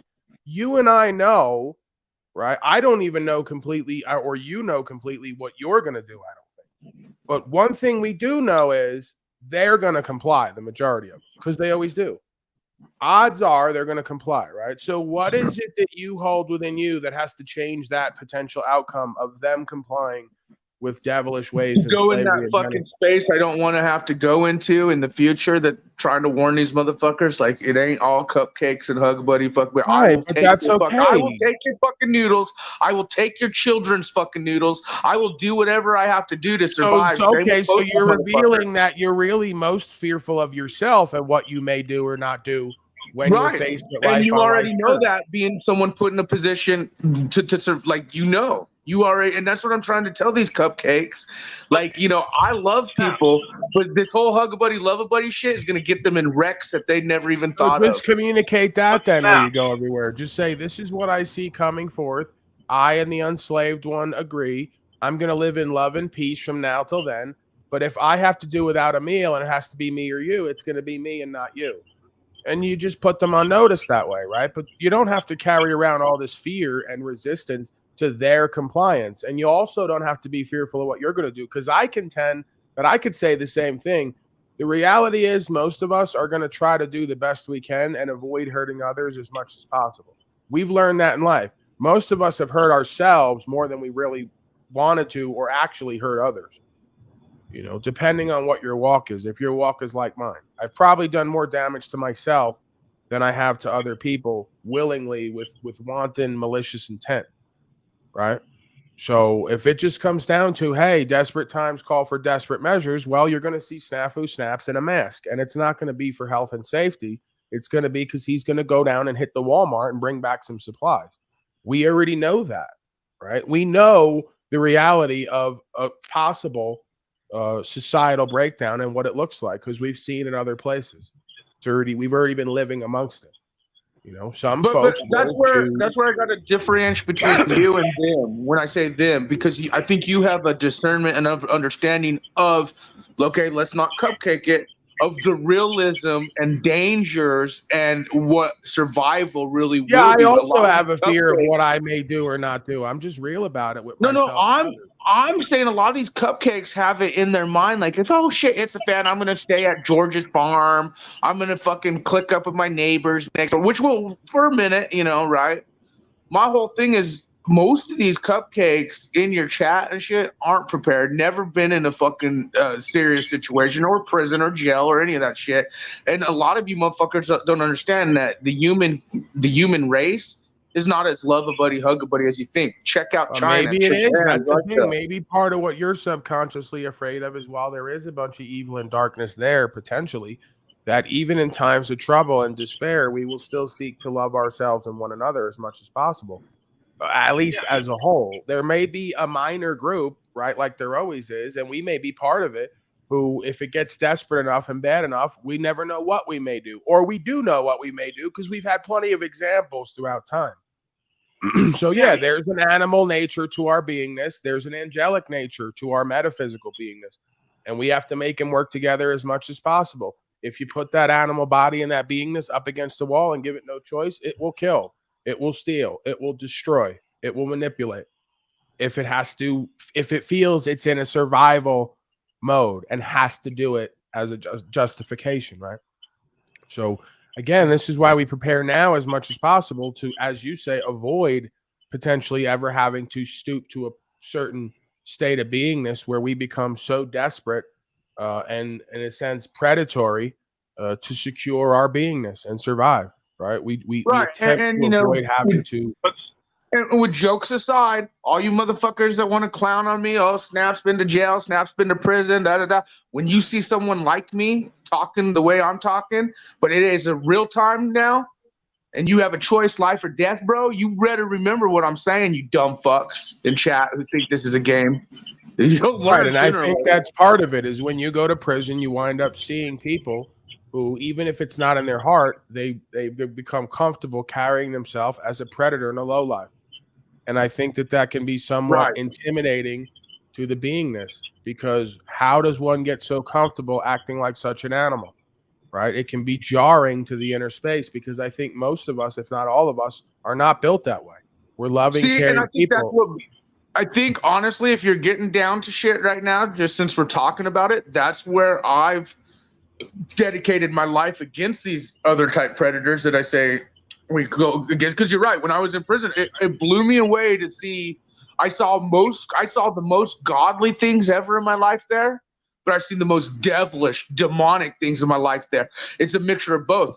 And what I could say is most people, okay, in the world we live in today, are desensitized what living under, a rule, what living survival mode, so to speak, is. And it saddens me to see these cupcakes, really. Like, I know I go hard in the paint, but it saddens me to know what they're going to experience. Not what I think, what they will. Snafu, it makes me sad when I hear people like you who share this panel, who obviously have some type of similarity to everybody else who finds a way here, say that you would take my noodles and a child's noodles because you are I might for them, right? Child in the noodles, like the meats, right? Hold on. Let me hold on. Give me a little adrenochrome boost. I think a lot of people should ask, what the hell's worth dying for? A child would be worth dying for, in my mind. I mean, like, maybe we all deserve the reckoning. Maybe that's why I find it exciting, because it's a roller coaster. I think the point he's making is, I'm going to do the best that I can. I think the point he's making is, if we go complete Mad Max, folks like Eon and others who spent their whole time talking shit and acting like bitches and hating, if certain folks get desperate enough, they're going to look to them for what they could take, if anything. Because it gets like that. While we like to say we're loving, caring people, and probably are that, power's a motherfucker. Desperation's a motherfucker. You know, so you wind up emulating the same type of people that you cast out or cast down because you think you could do it with them, even though you don't want it to be done to you. Ian won't have a fucking Nazi block button when I fucking take his fucking gas with 100 crew members to die first. And you don't want to sniff it. You're going to use it to actually run equipment. Exactly.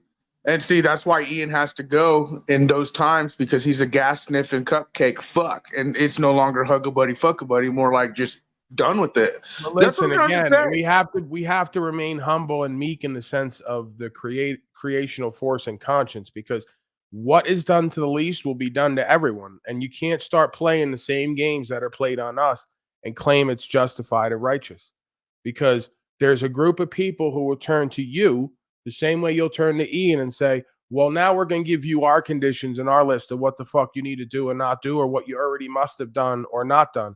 And if it doesn't meet the criteria, we're going to prey on you. And Julian. every individual man knows that you're no match against a group. There's only so much you're going to be able to do. So that's why I say power corrupts absolutely. And ultimately, Let me give Julian an example here. Say Go you ahead. had a little community of 2 or 3 people in Mad Max scenario, so to speak, right? You had a child, toddler age, a little older, and 1 woman, 2 women, and 2 guys or something, 3 guys, whatever, right?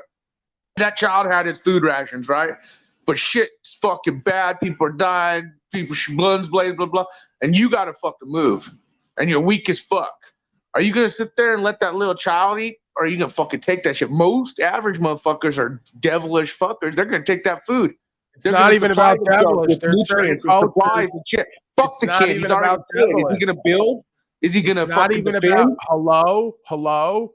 You're putting now a chauvinistic Western bent projection on survival. It's not about devilish. It comes down to common sense. There's certain cultures where the biggest and strongest men eat first because they got to do the most work and the most dirt. So Right. guess what? The children's going to get whatever's left over because they're smaller and they could do it less. So to them, it comes down to common sense. You think I'm going to forego a meal and risk the strongest and biggest dying and the whole tribe dying so we can feed this little child? That would be foolishness when it comes to survival. Right. And I guess, and Julian, so when you ask why would I take the kids noodles to survive? But can't you see how that right there, just by saying that to all of us, Yeah, I'm everybody saying with it to you common guys sense, instead I of would just doing say, it. I'm trying to be a fisher of men. He's to doing the prepare you, opposite of dumb fuck. Trick Daddy. Trick Daddy used to say Trick love the kids. Snafu said fuck the kids. He's doing a bit Fuck like the I'm kids. doing. I'm taking their noodles, dude, to Fuck the survive. children. It's not But- save but the can't you children. see It's how- fuck the children. but can't you see how anybody who just heard you say that would suddenly be like, I probably don't want to have snafu in my group to face Right. this. Do you think Or if they have all on kids that want play for them that around matter. me, He's we're in somehow shit in the fan justified. mode? Do you think I'm going to want some fucking family who's more concerned about their children to get themselves killed, to get themselves fucking killed, and all their decisions, tactical, survival, everything for their He's got fucking a family point, with man. single If it men comes like down me? to if it comes down to that type of situation, it's a different mode. And folks want to project this love and light, Western romantic chauvinist attitude on reality. And reality is, just like when you go to the Middle East, if war pops off, you better hand your bitch a gun and she better know how to use it, because there's no more of that feminism. There's no more of that chauvinism. There's just living and dying.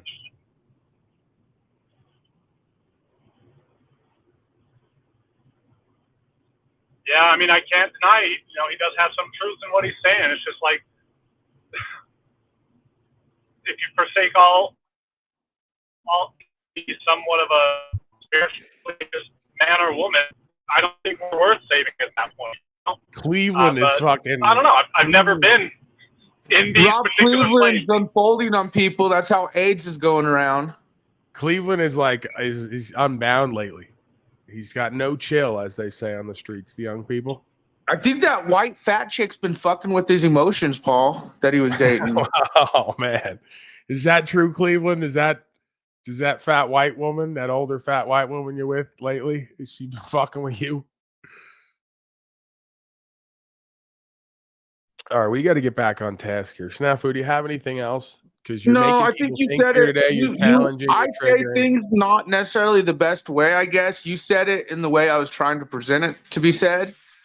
It's not necessarily I'm fearful. It's the fact of It's just not trying to about warn how you people. say things. It's about how you never get anything done. Moose, I get more than you. You hold a child next to a cocaine fucking predator. Look at my child, Tommy. You want to fuck my child and do some lines on his ass? That's what you guys are doing, Moose.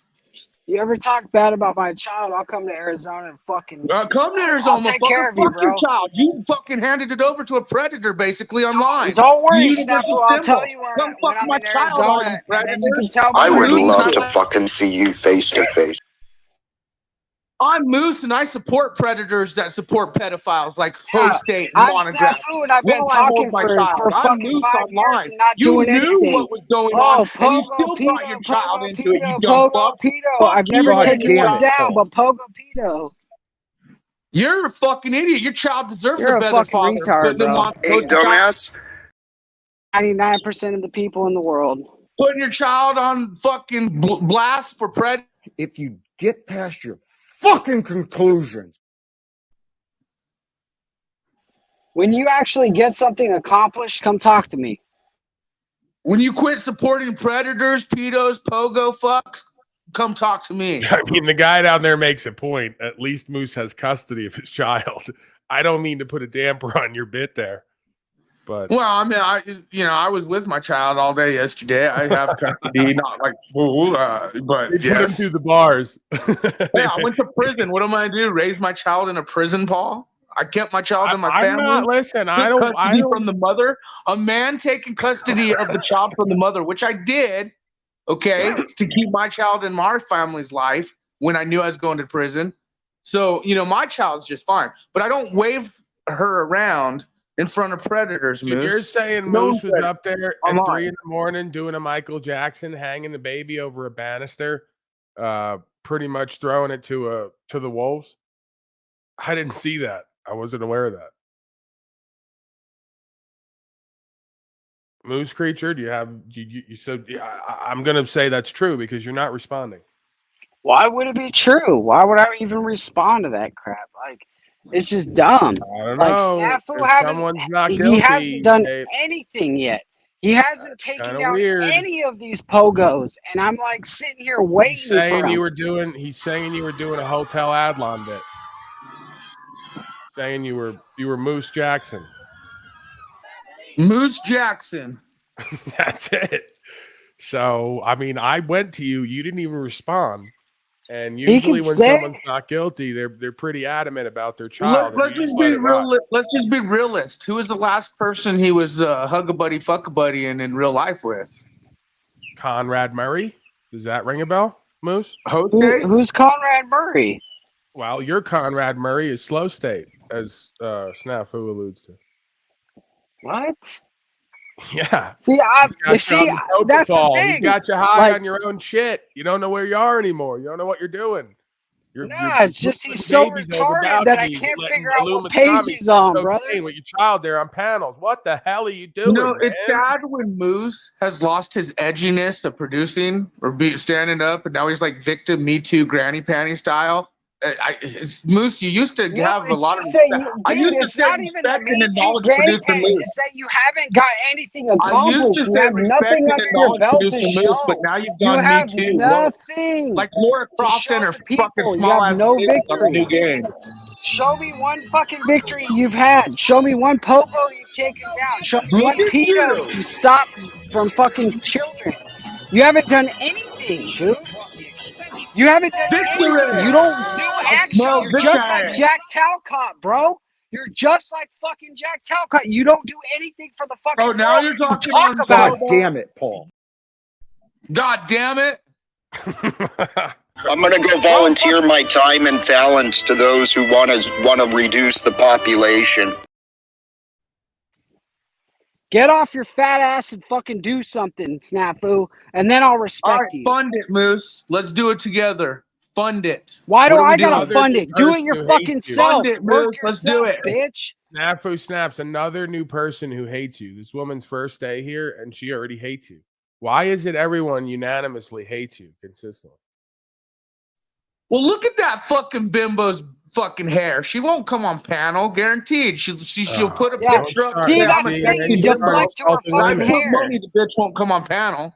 Maybe she will. Get up here, 888, frilly haired.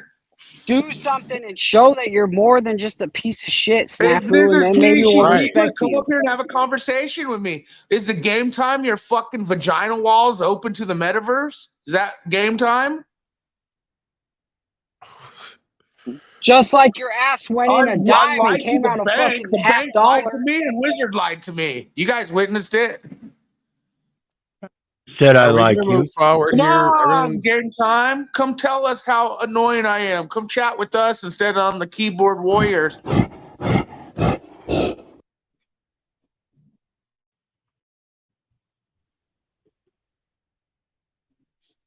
Can we move forward, Snafu Snaps? You're annoying the crowd. Yeah, Daddy's done eating. We're done. Yeah. I gave you your time. I ate. You did what Yep. you got to do. And now I got to get it Uncle Joe. Uncle Joe Biden. I was doing what I gotta do. I'm done. So I get it. You were on the bench doing what you got to do. We're gonna move forward. All right. The moods are lit. Yeah. It's lit. It's lit. All right. I hope you guys are all doing all right. Yeah. Have you ever sat on a bench, watched the world move by, told yourself, why am I here? Why, Lord, why? I'm sitting watching the world play out. Snafu Snaps, everybody. Sitting on a bench. Sitting alone on the bench. That's what I am. I am sitting, seeking, and looking, doing what I gotta do as the world plays on through. Watching it flow away. My mind is floating today. Gotta Sitting hold on the me up. bench, looking at the world fly God by. damn it, The sky is so high as the clouds rise and moving. The sun is All shining. right. We got to move on here. Coffee house banger. Matthew Sims. Hit song, Sitting on a Bench, Snafu Snaps, of course. Get that album. New mixtape coming soon. And Moose Thoughts, tells me I Facebook? ain't doing shit. I'm sitting on a bench. Influenced by Huff and Gas. I would huff gas. Ian's not been. No, the thing is, you would huff gas, but you're too fucking stupid as huff gas because it'd just make you even fucking stupider. He already blew himself up by fucking Huff A and lot Gas. of looping does go on here. I'm just sick of your presentation. You never offer anything worth a fucking damn, dude. Dumbass. You don't think I'm sick of most of you guys' presentation of Hug a You Buddy dumbass. Fuck Nazi optics? What happened? Comes up. Steve Martin comes up and actually offers something for a change, and then you come up and act like a fucking Jew. What, Steve That Martin? is Like, true. God That is damn. true. You Washed fucking out embarrassed us fucking in front of about an Nike? NFL superstar.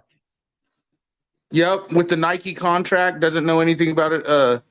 You have anything no like that. fucking self-awareness, bro. You can't take it lightly. I have You enough can't fucking self-awareness just to take. know what Nike Look, is dude, involved in. maybe he's not on the same page as you, right, Snafu? Right, but you right, fucking right. He's on judge that money, everybody by the Pogo, same page you're fucking on, big business and you status. read from a book of retardation.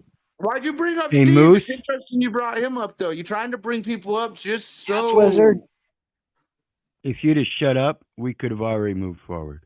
We're Sorry supposed about to that. move on, I'm Daddy. shutting up. Just start done eating. You keep talking. I said let's move on. I'm done. Thank you.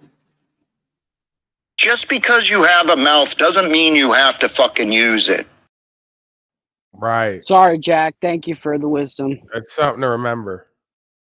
All right. So can we get to Uncle Joe? He's ordering airstrikes now, Call of Duty style. He's calling them in.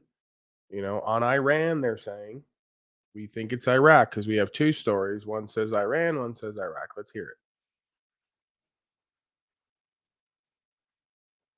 Attacks on U.S. troops in the country. We'll turn to David Spunt live in Washington, D.C. this David morning for Spunt. the latest. David? Well, several U.S. service members were injured Whoa. Christmas Oh. Day drone attack yesterday. Unfortunately, one of them critically. It's just the latest attack on U.S. Hold personnel on, in the hold Middle on. East. Stop the fucking presses. We already know they're going to do World War III and economic collapse, but this is more important. Jimmy Shively, thank you for your contribution, sir.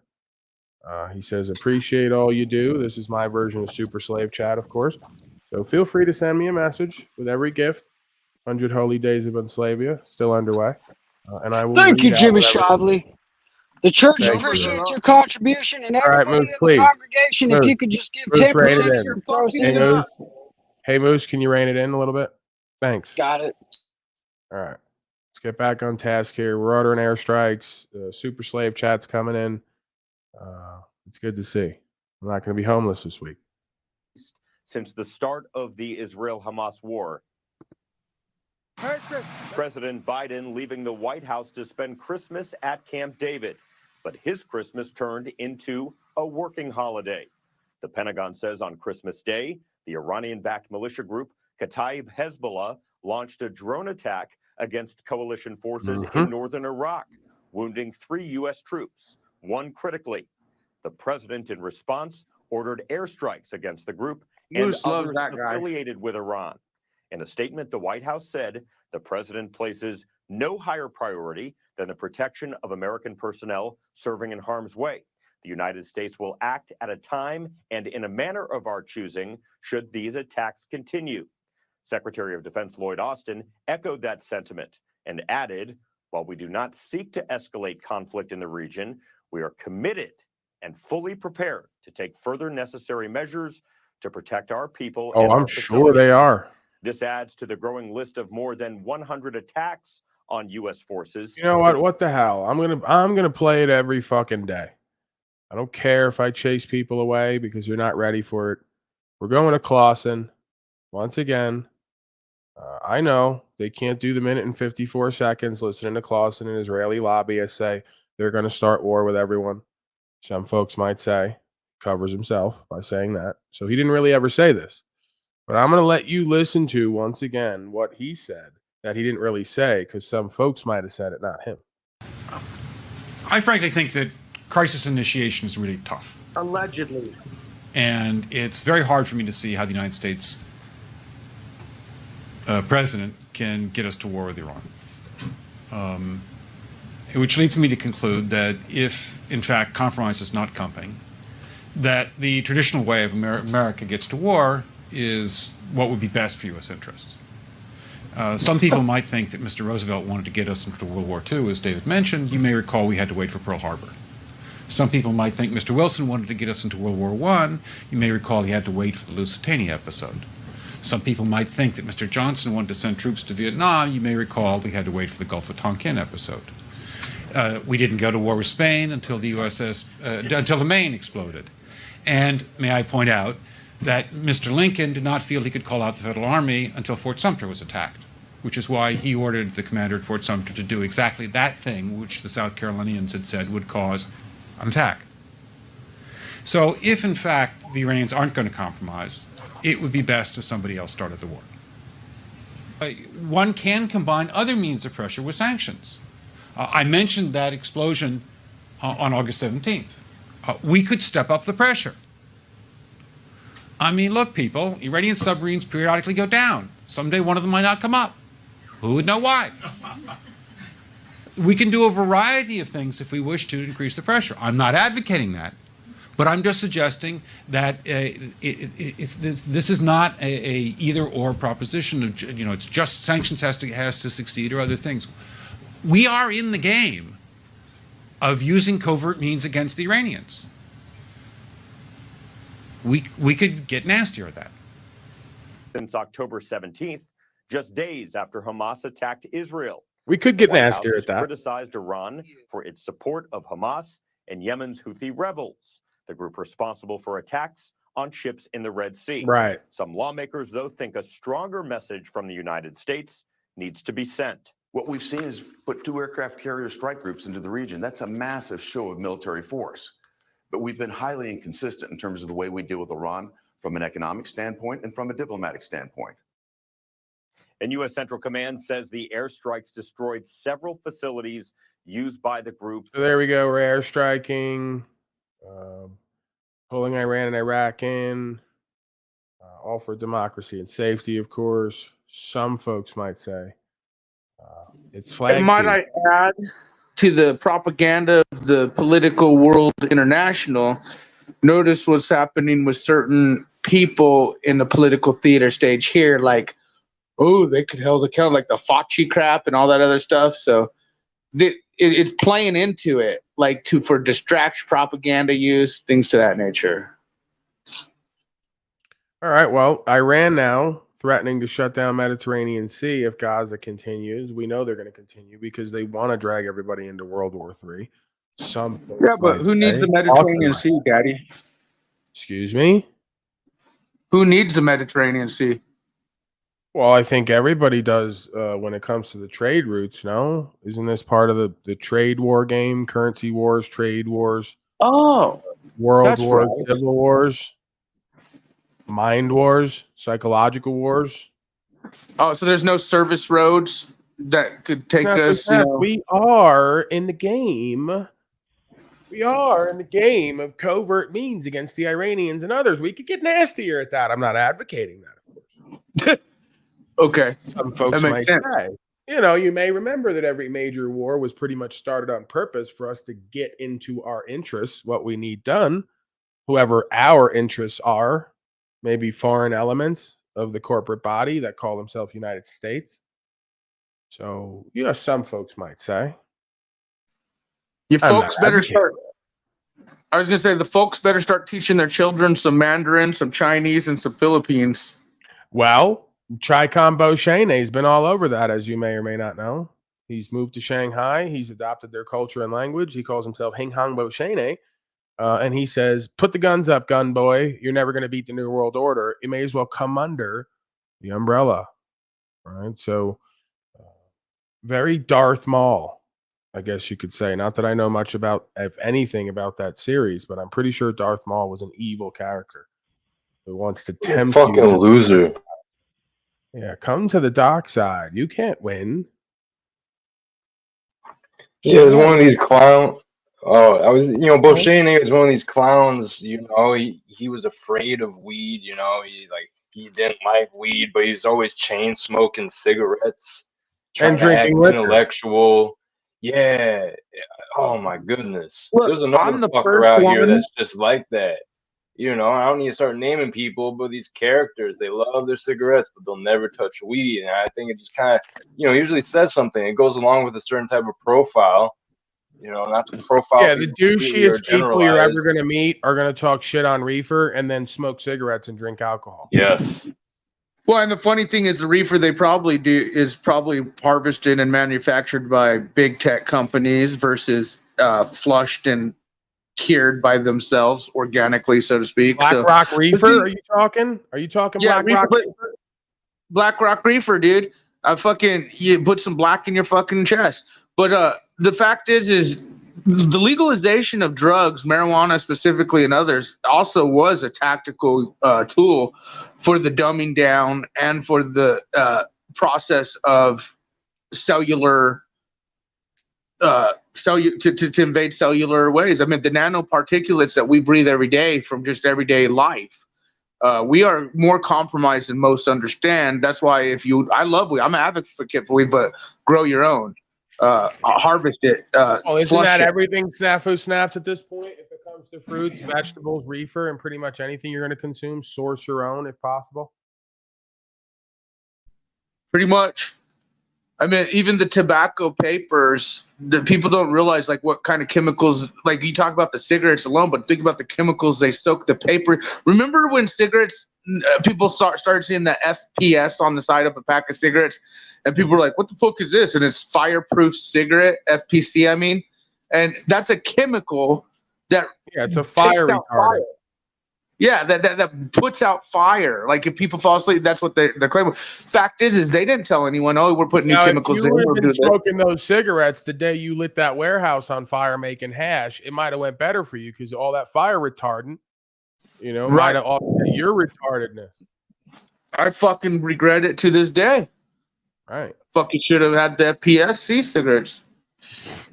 You should dip yourself in FPC liquid. I would have saved my hand being burned. Did you ever see the hash oil explosion as the news portrayed it? No, Like, you keep fucking saying I asked you 6 months ago, give me the damn article because we want to see you in the news. Oh blowing god, yourself Wizard up. has it. I'm Wizard surprised has no it. one sent it to Okay. you. So yeah, then surprised he's no showing one it on his sent it to you. broadcast, which means nobody's seen it.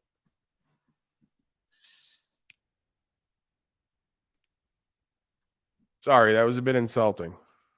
Just saying, low numbers. Wizard's always yelling about U.S. code. He doesn't get it. Right. But we don't need the Thousands of people Mediterranean don't. Sea or anything like that. Till they as you go to pointed jail. out. Just like me. I'm like, Wizard, cut this crap out, okay?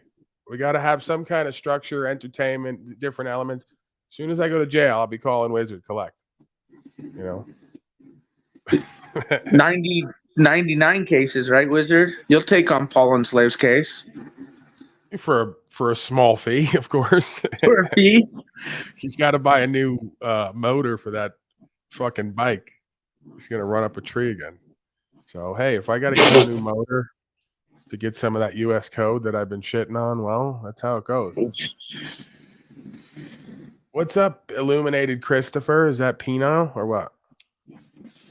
Oh, that's still Chris. Okay. Nah. Pino No. masquerading. How Yeah, the hell knowing did your him, hair yeah. go from dark to fucking like a fire crotch status? Like redhead. The picture.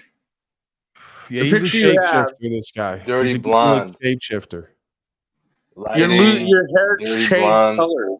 Yeah, he's a Gaelic shapeshifter, and that's spelled AYICK, right?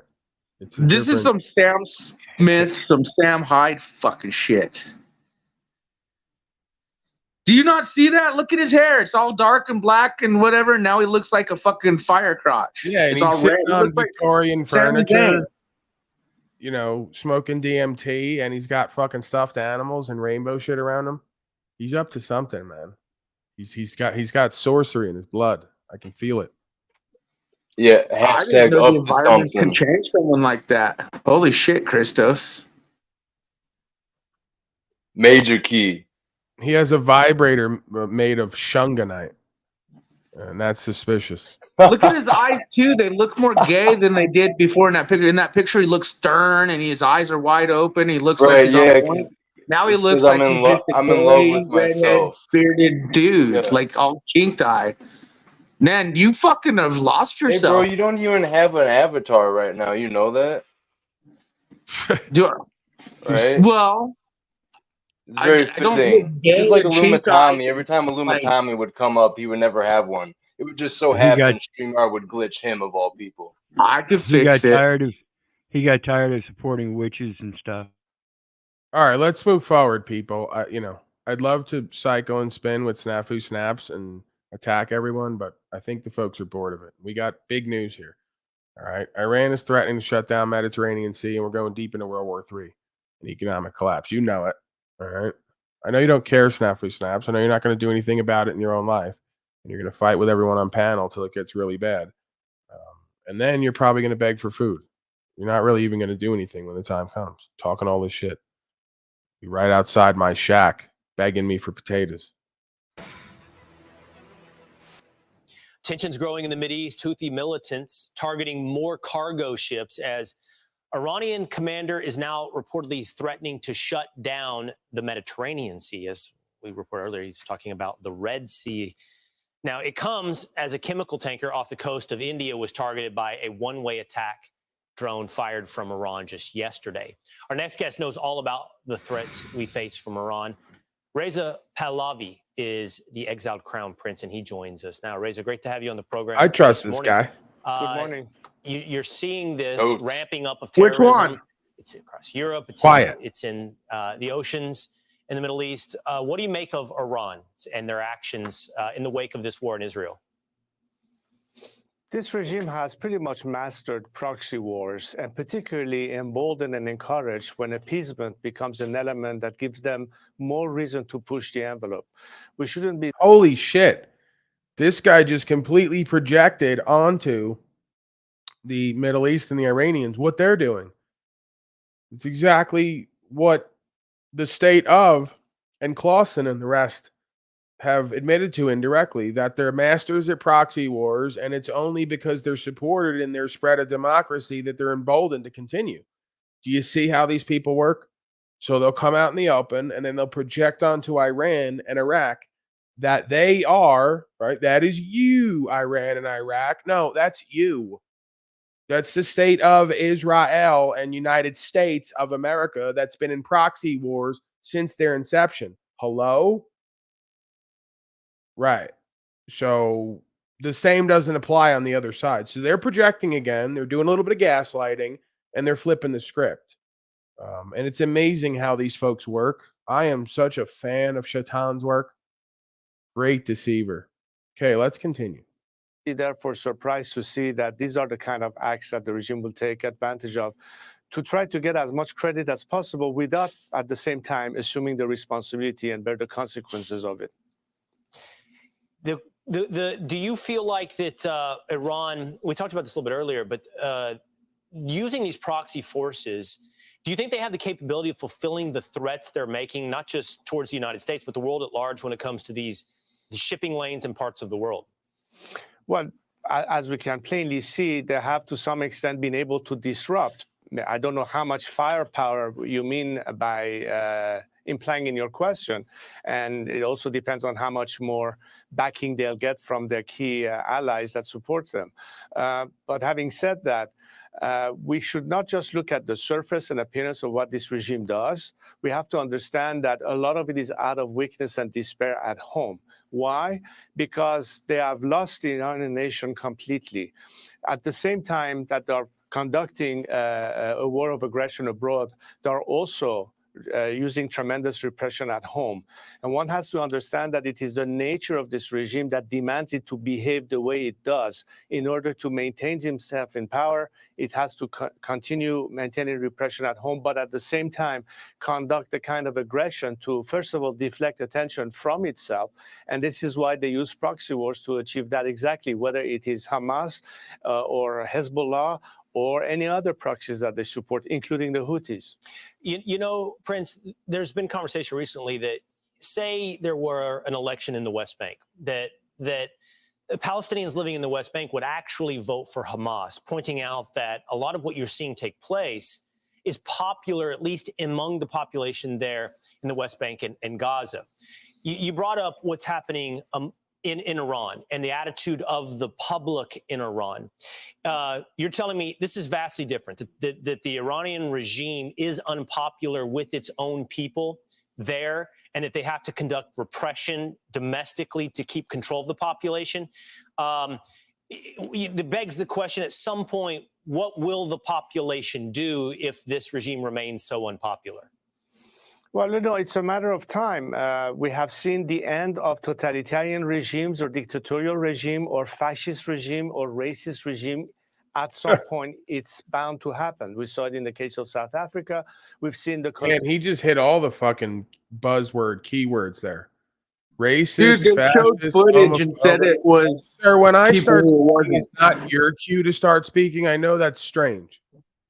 In the middle of me speaking, the first part of my sentence is not a cue for you to start speaking.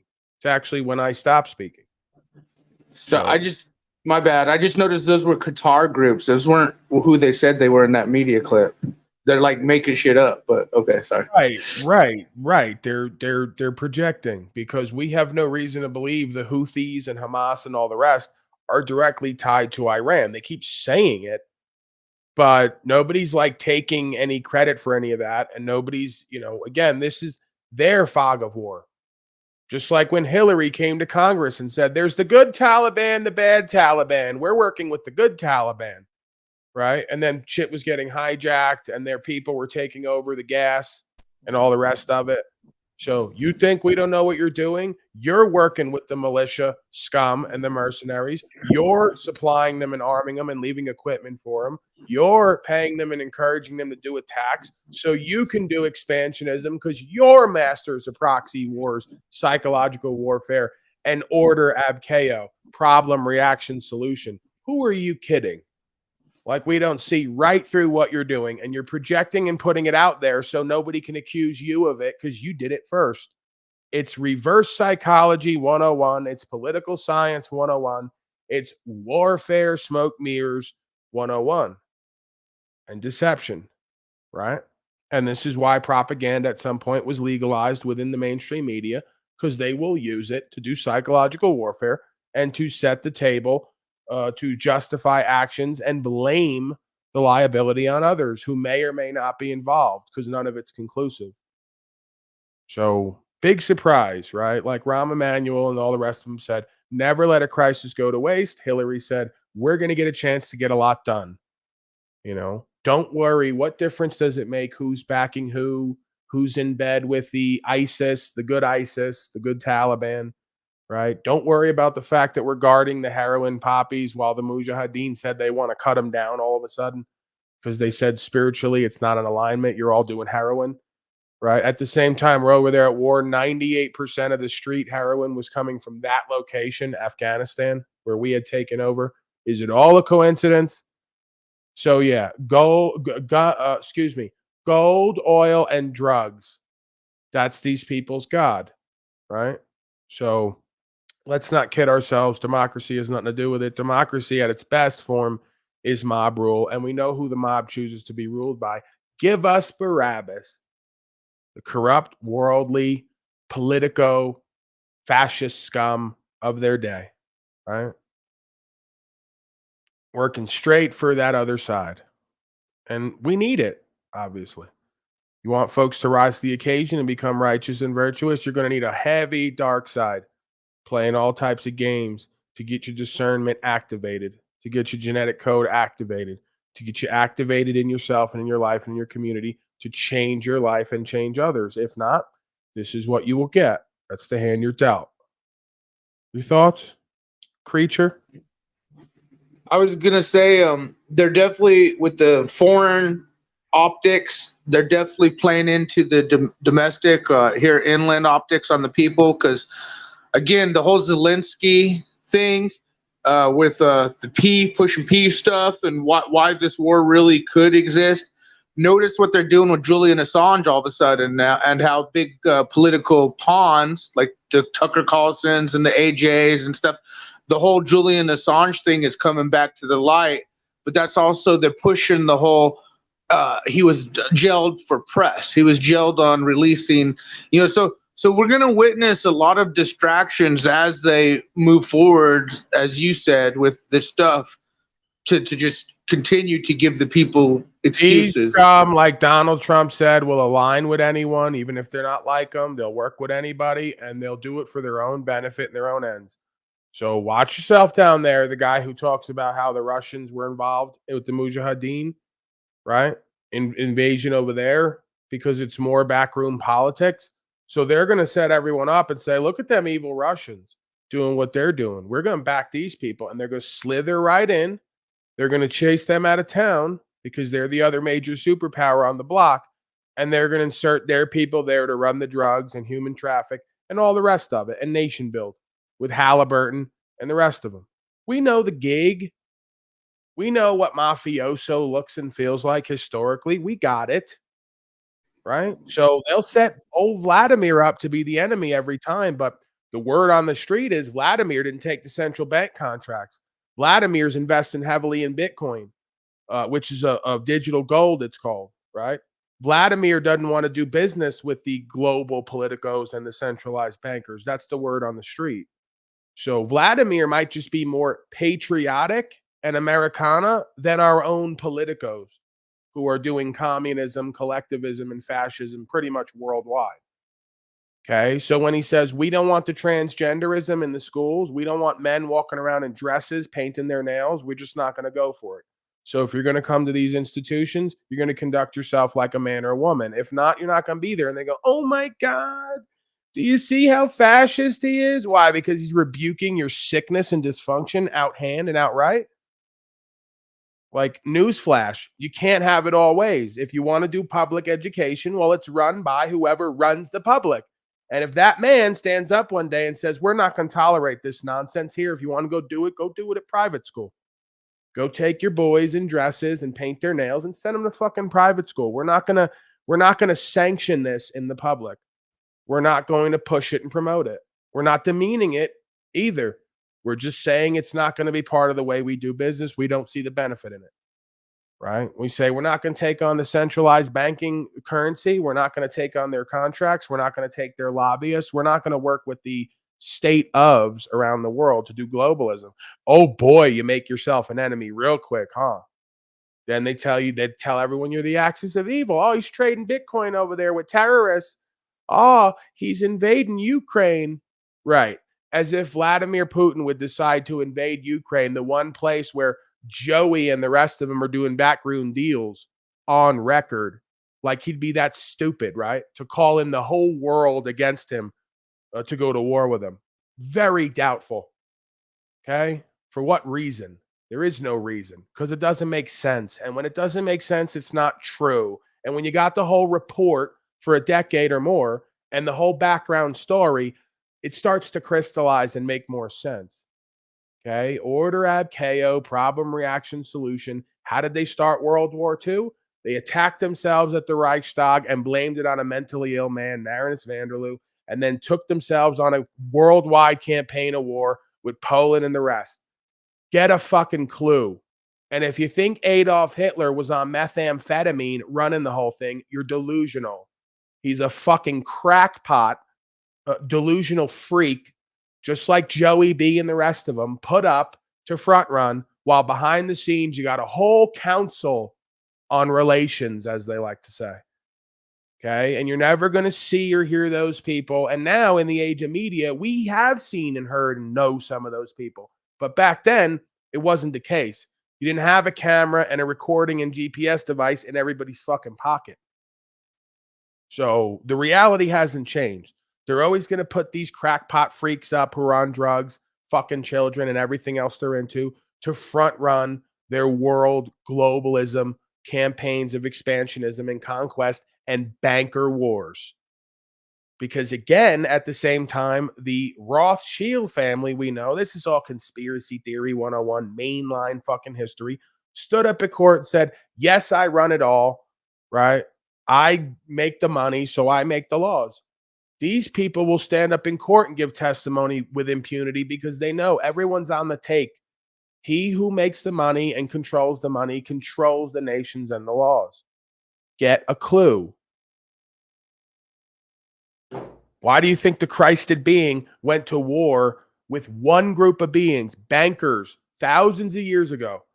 That was what eventually got him killed. Not the preaching, not the day-to-day stuff with the policy enforcement, not the rest of it. It was raising a hand to the centralized bankers who were in the church trading in the souls of men. Is it a fucking coincidence? Bankers have been running this place from day one, and it's because the slaves are so fucking worldly, materialistic, and desperate. They'll do anything for a fucking buck, even if that paper money is backed by nothing, and they're losing their God-given rights and their consciousness year over year. It's so easy to game this realm of chimpanzees. They tell me, how could mind control exist and a whole world be controlled? I go, how? Rather simply, all you have to do is understand self and then project outward from the root motivation and intent of all the rest of the selves out there who all seem to take on one form generally, especially when you send them all to the public fool system with the same curriculum and teaching the same way of thinking. Very simply, can you run a whole world? I contend at this point. It's far from mythical and mystical and fantastical. Especially if you have a council, right? Especially if you have a few dozen or a few hundred folks who make it their whole life's work to figure themselves out, to figure you out, and then game you against yourself for their own benefit. Stock market. I had some clown at the store yesterday. He's talking finance. He tells some guy, I'd much rather hold cash in stocks. I go, I had to pipe up. I go, you're a fucking moron. I said in so many words. I didn't say it that direct. I just laughed and I said, yeah, good luck holding your stock in Elon's company when you have a economic collapse or an inflation event or a worldwide war event like the last 10 fucking times it's happened. You know, if you really want to get technical over the course of creation, what we have in history. You know, they talk about whole empires fiddling as everything is burning, as they're cutting up the gold pieces and can't cut it up enough to cover the inflation because they're mixing the metals with corrupt metals, and the whole thing is going down the drain.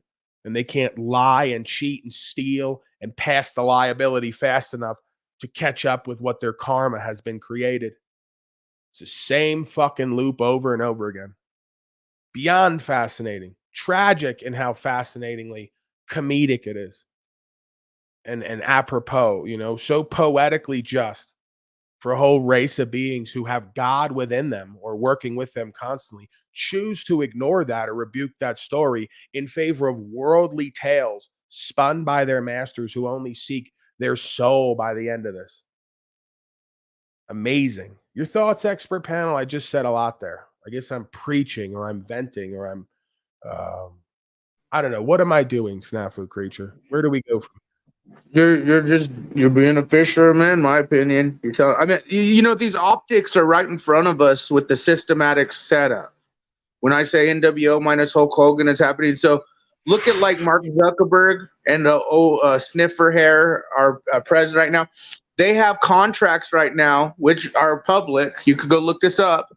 All 14 other billionaires behind them, Mark Zuckerberg, Joe Biden, have all decided to hire companies to build underground bunkers. His was in Wyoming, I believe. That's how you know that you're about to collapse as an empire. When whoever's running the show is all child fuckers, all corrupt businessmen who've lied, cheated, and stolen to get where they're at. Right? That's your best lot is Donnie and Joey, who both mirror the same idea. Corrupt, fascist, big business scum who will work with anybody, like Trump said. Oh, I worked with the Clintons. I worked with I worked with everybody, but I wasn't like them. Yeah, right. You're all motivated by the same thing. I just flew on Epstein's flight.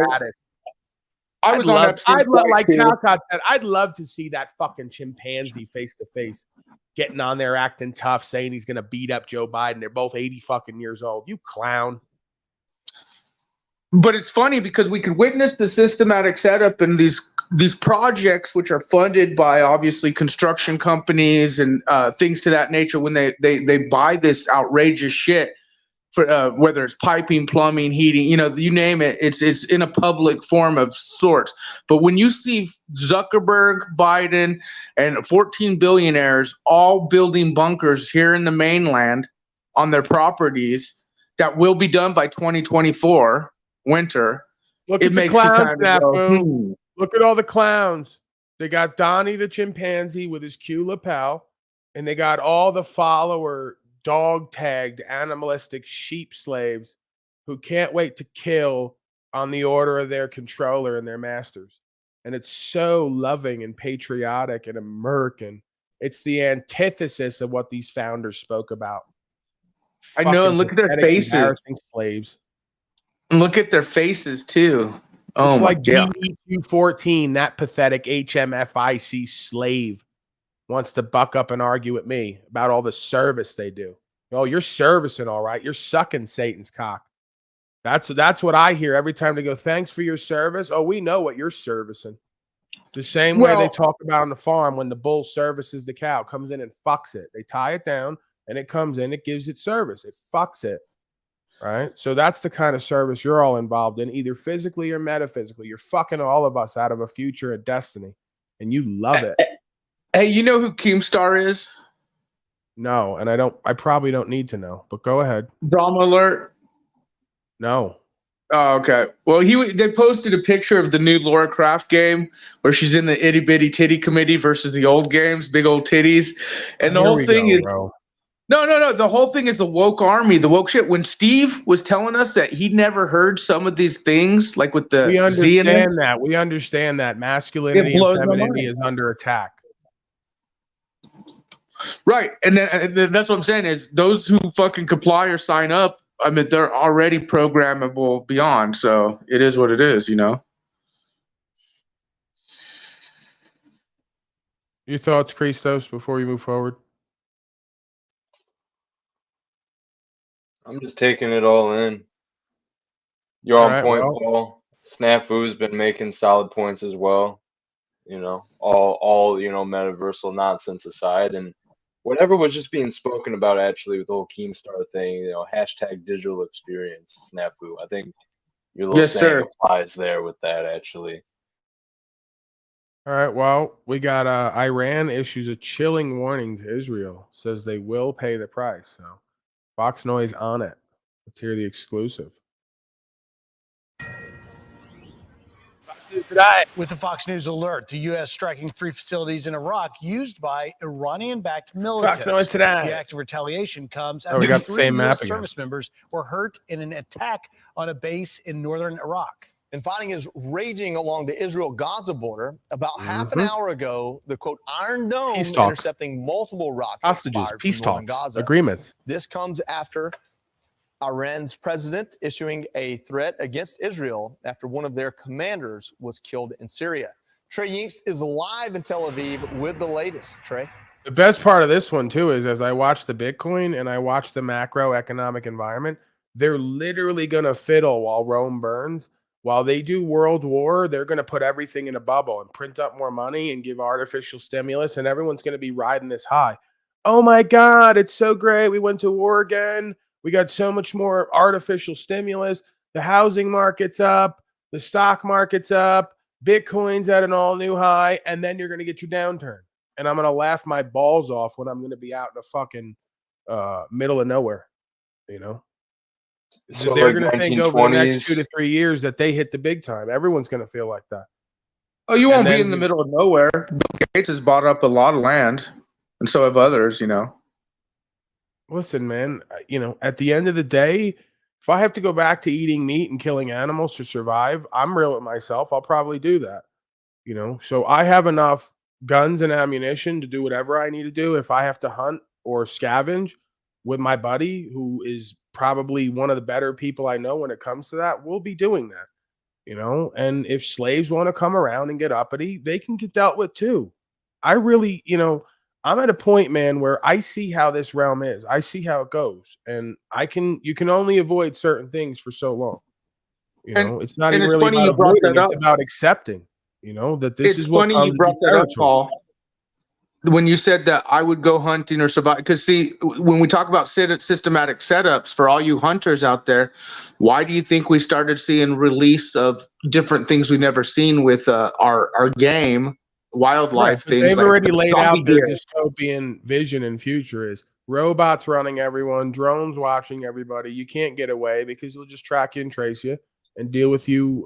Well, and then wildlife has been attacked, and so of our agricultural, economic, like the zombie deer stuff. I mean, Well, what do you listen, guys sir. I think? mean, I pulled up the article of about a year ago. They said they were dropping some spray across all the forest land for the raccoons. They said that Yep. they needed some medical treatments, so they were dropping some you know whats. I can't use the word. It starts with a V. They were dropping animal V's all over the forest because for safety, and God knows what they put in all the animals, right? I mean, we Just know what like they're up to. just like Bill Gates and his million needles flying around, you know, his million needles. Right, You and know, then it that's was funny because they said, well, we could only do it in certain areas, right, for the raccoons. So this is the game: is you have this thing avataring certain politicos, and they're going to write up bills and use their word along with the word of the people who've given them the power, either directly or indirectly, to do these certain things, and they're going to bring about hell on earth, right? So, and again, it's only as much as the universe allows, and only as much as we as choice makers allow. Because at some point, it doesn't matter if we don't do anything. This thing is going to rebalance itself. I have a feeling. Can't prove it, but it's the same thing they talk about: big wave, big fire in all the scripture. You know, the scripture doesn't seem to be off at all about what this all is as an archetypal characterization or experience. So go ahead, play your games, destroy the environment, fuck with the earth. And at some point, the earth as an intelligent being is going to wake up again. And it's going to deal with you the same way any conscious being would deal with you. Get the fuck off and away from me. And it's going to send waves and fire and earthquakes to shake you slaves right off the surface. That's what I've been given the vision of intuitively. And again, I don't need that to go back to the scripture and go, it's all right there.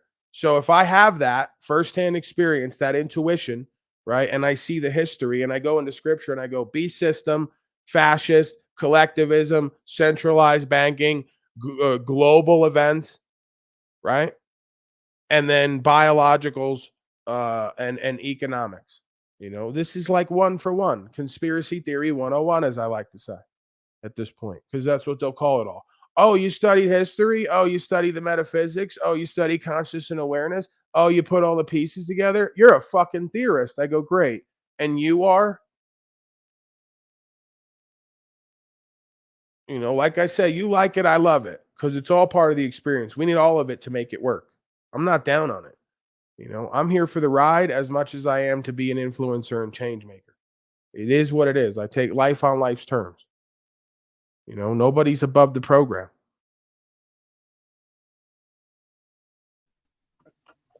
You know, I've never heard anyone put it so eloquently, you know, when it comes to that whole concept of conspiracy theorists as a label.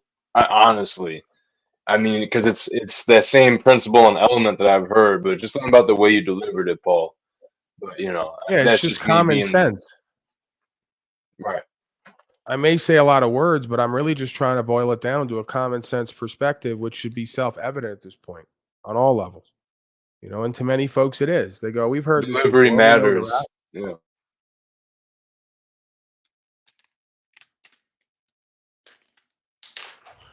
Yeah, I mean, there's only so much you could do when it comes to the third-party awakening process.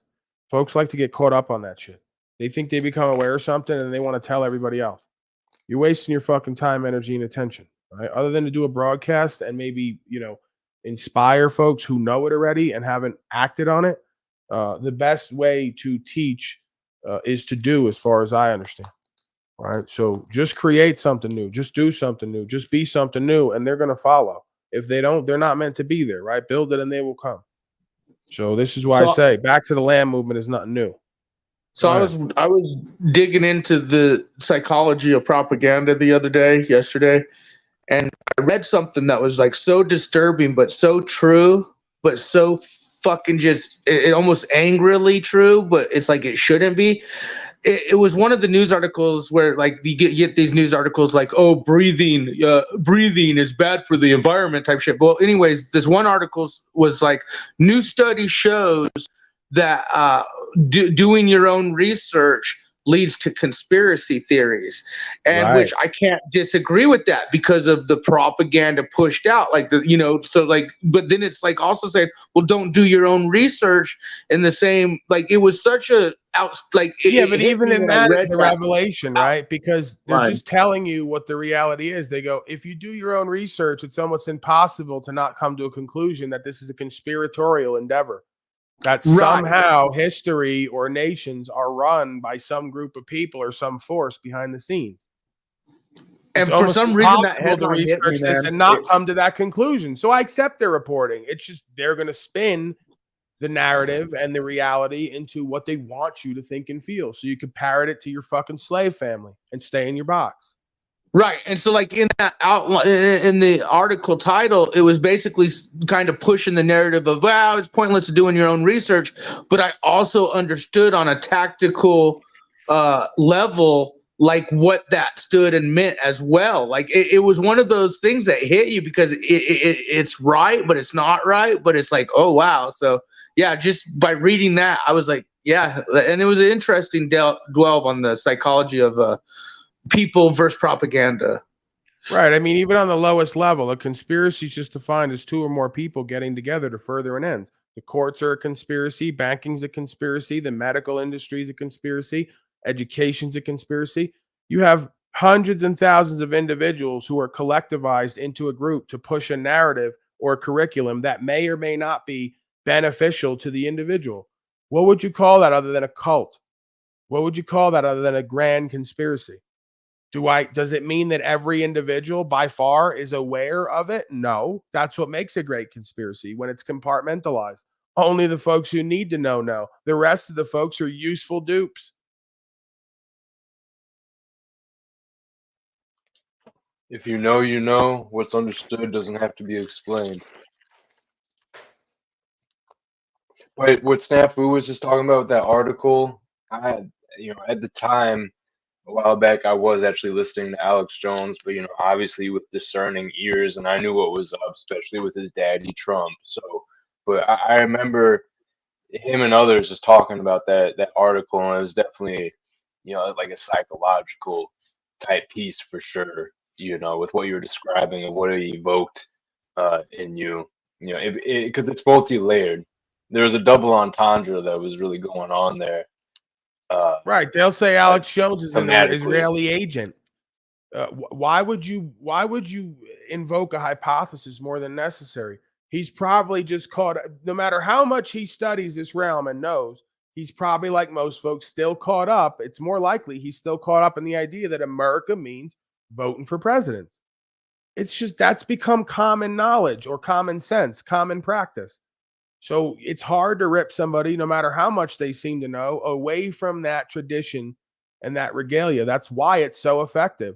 They put up a flag, they create a fucking system, they get you all to play into it and buy into it. They broadcast the results consistently, and you're fucking mind and heart controlled. Doesn't matter even what you know on the highest level, because on the lowest level, you think, well, what else are we going to do? You know, this is the lack of imagination or the lack of reconciliation with history. They just go, they just resign themselves. Well, what else are we going to do other than pay the slave tax, vote for a president, X, Y, Z down the line? And when someone like me comes up with an answer, they immediately write us off as a weed smoking sovsit who's gambling a little too much for his own good. And I go, I think you missed the point here. So, yeah, Alex Jones or anyone else doesn't have to be an Israeli Mossad agent to be a useful dupe, because the majority of folks are mind and heart controlled by the society and culture they were born into.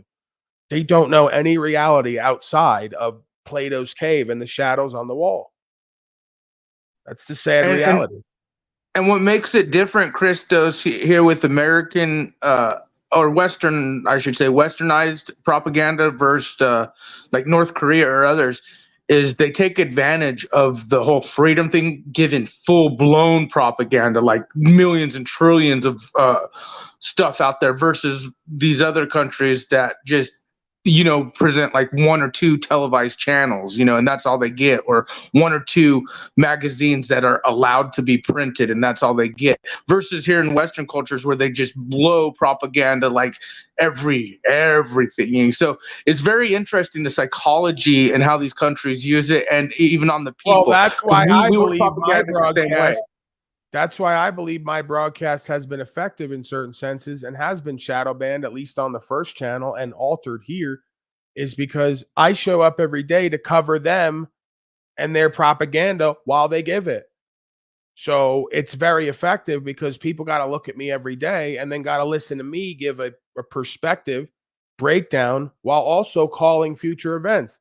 That is very dangerous to a system that thrives off of folks being useful dupes and pretending that this is all random and coincidental, right? They don't want somebody, even in the back channels of YouTube, consistently showing up, calling out the narrative, changing their own life and lifestyle, encouraging others to do the same, and being right at least 85% of the time. Very dangerous to their system that appeals to authority and emotion, because it convinces the individual that they can be all they need to be for themselves, and with other versions of self. We don't need the rest of these motherfuckers and their institutions and their ideologies. Doesn't work anyway. I would agree, and that's what I say. We have different kinds of Paul Reveres in today's day and age, so to speak, and I would consider what you do, like I said, being fishermen, so to speak, just warning your brother and sister of, you know, sharing knowledge and sharing your journey and perspective of it. But that's what I'm saying is real recognized real. People are like, well, you act this way online. Well, when it comes down to food, hunger, medicine, survival, that's when real talk's going to start happening. Real action, real people, you know. So it's just, it is what it is. And I do respect what you do, like when it comes down, because you are against the pogos, man. You're doing on the opposite side of the coin, but in the same coin. And it is impactful. It is, Paul, whether you believe it or not. Yeah, the bottom line is, if Alex Jones was a real man and he wasn't a coward in and of the system or mind and heart control, then probably both to some degree. He'd have spoke for himself at that trial, and he told them to suck his feet to be polite about it, right? The same way I would. If I got to that point where I had fuck you money and assets, I'd have already put my shit aside and I'd have been waiting, right? I just live like that. I stay ready. I don't got to get ready. By the time you come to get me, my shit's already in play. My shit's already in place. Let's go. And you're going to have to bring me in handcuffs. And then we're going to have a fucking conversation at the court about what you're all up to, what you're doing. I'm going to double down on it and do a broadcast at the court. And I'm going to fold my arms and say, what the fuck do you have to say? I really don't give a fuck anyway. And I'm not letting anyone else speak for me. And I'm not giving access to my private documents and affairs to the whole fucking world by giving it to your bullshit attorney who then turned it over to the opposition. You fuck slave. You can't really be this stupid, or can you? This is the thing. They told me I was in a 97 percentile intelligence. I said, that's ridiculous. I don't even feel half as good as regular people going to work every day. I can't even deal with myself, right? I was so fucked up, you know? Come to find out now, I go, maybe they were onto something. I must be a genius intellect, because all the people who I respect and think have some discernment or state of conscious and awareness always wind up folding and or selling out or doing some stupid, ridiculous shit that proves that they don't really know who and what they are and what they're doing and talking about. And so I guess never underestimate the foolishness of humanity rather than believe everyone is an agent, right? No, they're just stupid, or they're just motivated by their emotions. I'm going to say this because I do have ties or been, with the InfoWars group and Owen. I've talked to Owen. And by the way, Owen, good to see you're back out, man. But the thing is I don't give a fuck about him, and I'm tired of being compared to that moron. No, I'm tired of being compared to that moron as well. There's a big difference, and let me point out another difference. When he says he never did opiates, when he says he never did opiates and then got caught saying he did them, he's a fucking liar, and that's the difference between me and him. I put my shit out on Front Street. I put my shit out on Front Street and let everybody judge me because the creator knows my heart. I don't need to lie to the public. Why would I? They're not more powerful than the God of creation. Far from it. If they were, I wouldn't fucking be here, because the majority of them came up against me at some point for who and what I am and what the fuck I'm doing and speaking, because they rather live as a pathetic, embarrassing slave. Go ahead. What I was going to say, Paul, is the digital experience. I mean, we've talked about this before, but he has a different backup, different pogo backup, so to speak, media relations. Hence, I don't give a fuck about any of that. Well, no, I'm just saying. Hence, why YouTube won't. American corporation I'm the biggest won't. Man and the loudest voice in the room. I don't give a fuck about the rest of that nonsense. I wouldn't compare you two at all. Like he's pogo, and remember, there's recent political things like Tucker Carlson's and the fucking the other motherfucker Roger Stone's, which I've talked to in the past when these motherfuckers are deep in it. That's the thing. Listen. I was smoking dust, sitting there in my boxers, didn't know what to do with my life, theorizing like penile power, right? And then I got my shit together after about a decade. The point is, I left messages for Alex Jones, like when we all used to watch that shit, think he was onto something and try to live through him, or thought we were going to come up on the next great conspiracy idea that was going to change our lives. And it was a waste of time, energy, attention. I could probably connect you if you ever wanted. I'm glad that motherfucker didn't call me back, because I don't want to be associated with him or Roger Stone or the rest of them. And to be clear, they probably don't want to be associated with me. And I'm just dandy about that. But what I'm saying is Pogo, digital experience. He was put for a reason. He was there for a reason. Same with Fugtard. Same with you're different. You're like, I don't know anything about these people and who and what they are and what they're not. I just know them from a screen. I would classify you separately. I would say this Paul guy is a regular citizen dude who's standing up, just telling how he feels. I'm not a citizen. These other motherfuckers are in it. Like I am. Pogo in it. Citizen. You can't pigeonhole me and classify me. Absolutely not. I'm pure conscious and awareness. I did it gently. I know what you're saying, but again, an ordinary man pursuing extraordinary knowledge, and you might argue I have an extraordinary perspective just from the gate. And I do have firsthand knowledge being so close to those guys. On who you ask. Thank you, sir. I have firsthand knowledge because, like I said, I was really a part of them, the Foogtards, and then we even French Files started filming some spots with on their show. So, but no, there's a difference between digital experience and Pogo media relations, and you're nothing near them. Like they're fucking. What do I need like, that for? Yeah, That's why to me. Carlson, Tucker Carlson, other players are linked against systematic setup, ladies and gentlemen. Digital experience. The shit was already, in a sense, foretold. We're just witnessing the ghost, just like zombie Bro, deer I shit. got the upload when I did like regular broadcasts with 2,000 to 3,000 live viewer audiences and only got dozens or a couple hundred folks to hop over and stop riding the status dick, right? So when was this? Like I 3 saw years it for ago? what it was. What, like when was that? Like about how many? 2-3 years ago? 4? Yeah, whatever it is. 3 years at this point. 2 Yeah, years. about the 3-year marker. Yep. Yeah, we're in a digital experience, man. And those guys are nothing near you. They're a whole different ball game, and that's what I'm saying. Sellout optics. Like I'll straight up say, That's the thing. They sell out because they get the report at some point that you got to come to the fork in the road and choose a path. I came to the fork in the road and went straight. You know, so the reality of it is they're all told, hey, you got 2,000 to 3,000 live viewers going to show up because you were seen with this person. What are you going to give them? If you come on how I do and you talk how I do, 3/4 of them are going to leave, and they know it. So it's all about really what you want or realizing what you need in this life. If you're not pursuing radical authenticity, actualization, and realization, they're all going to sell out because 3/4 of their audience is not going to show up to watch them be real and be themselves. They're only going to show up like they do for Leo and Brad Pitt and the rest for you to act like somebody else. And I know That's your the pathetic reality of it. I know your DDSO attacks have been up from what I've been watching and I viewing. don't give Like, a fuck about that. They can't shut down this broadcast. The best no. they can do I'm is just saying the attacks on it's a digital attacking me, experience. It's a man. digital I hope that warfare, they so to speak, fucking go all including the the way at journalism some part. point. This shit's boring me. You're boring me, right? DDoS attack. That shit's boring, right? Well, Like, really I fucking know. Take it up to the next level. Go all the way with it. Let's really fucking gamble. Let's really put up or shut up at this point. Really do me in and martyr me. You know?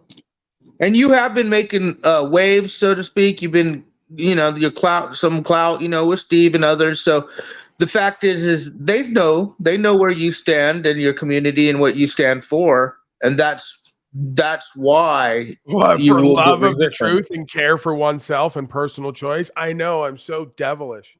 Right, I'm you're a such an fucking animal. piece of shit scumbag in this world, according to the elites. Right. Okay. So fucking martyr me already. Let's get on with it. And then you can put it on record once and for all for the rest of creation who and what you are and who and what I am. I love this game. Everybody's dying. Everybody's leaving.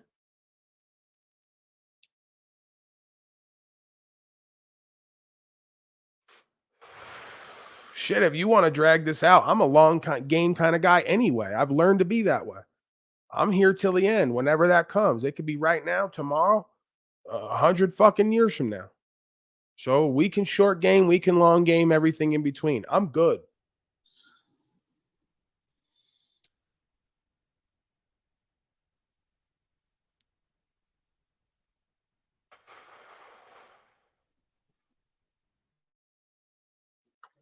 Are we still on breaking slave news?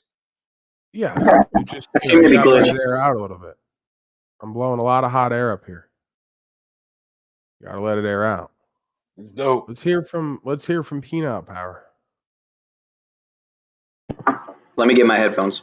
Hold on. Yeah. Yo. Get the headphones. Turn my headphones up. All right. We'll move forward. Breaking slave news because we never. Okay, please. I was just gonna We say never this got- picture to me is undeniable, but God. you got David Icke, you got Luke Radowski at We Are Change, you got Alex Jones, and I can't tell. I if that's- don't care. That's the thing. I don't care. I don't Because either. there's- It doesn't affect There's me. a room of 10 people there, and not one of them disobeyed statute, policy, and code and put up or shut up. So I really don't care. You got like $40 million in that room and no heart, no balls ultimately on the ground. So what good is it? You got a bunch of big names with big pockets, big pride, and on the ground ain't doing shit. And that's the pathetic story that humanity is going to leave. Is it's going to be few and far between who actually activate and become activists because they're activated. I don't mean doing harm to people, far from it. I mean rebuking the statute, policy, and code and riding with God's law and God-given rights. The rest are on record. I don't give a fuck what your wife looks like and your children and your pockets and your bullshit company and your book you're going to sell. It's a joke to me. It's a joke to the source of creation as well, as far as I'm concerned. You think this shit all hasn't been done before? I think Wait a till book this universe by really Paul wants to see Enslaved would everybody do dance. well. Go ahead. No, I was just gonna say I think a book by the White Gorilla would probably sell Oh pretty yeah, well. I know.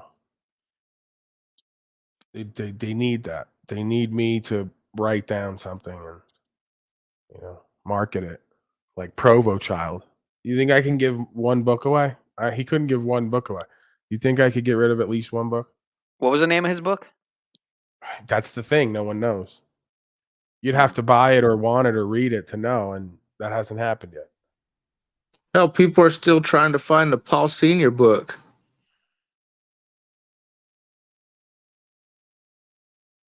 Right. I think EBT probably has a copy. Right. What would my book name be in this mode? Morbid Enlightenment. That's the name of my book right now. Sitting down while standing up. Sitting for Rights, a guerrilla memoir.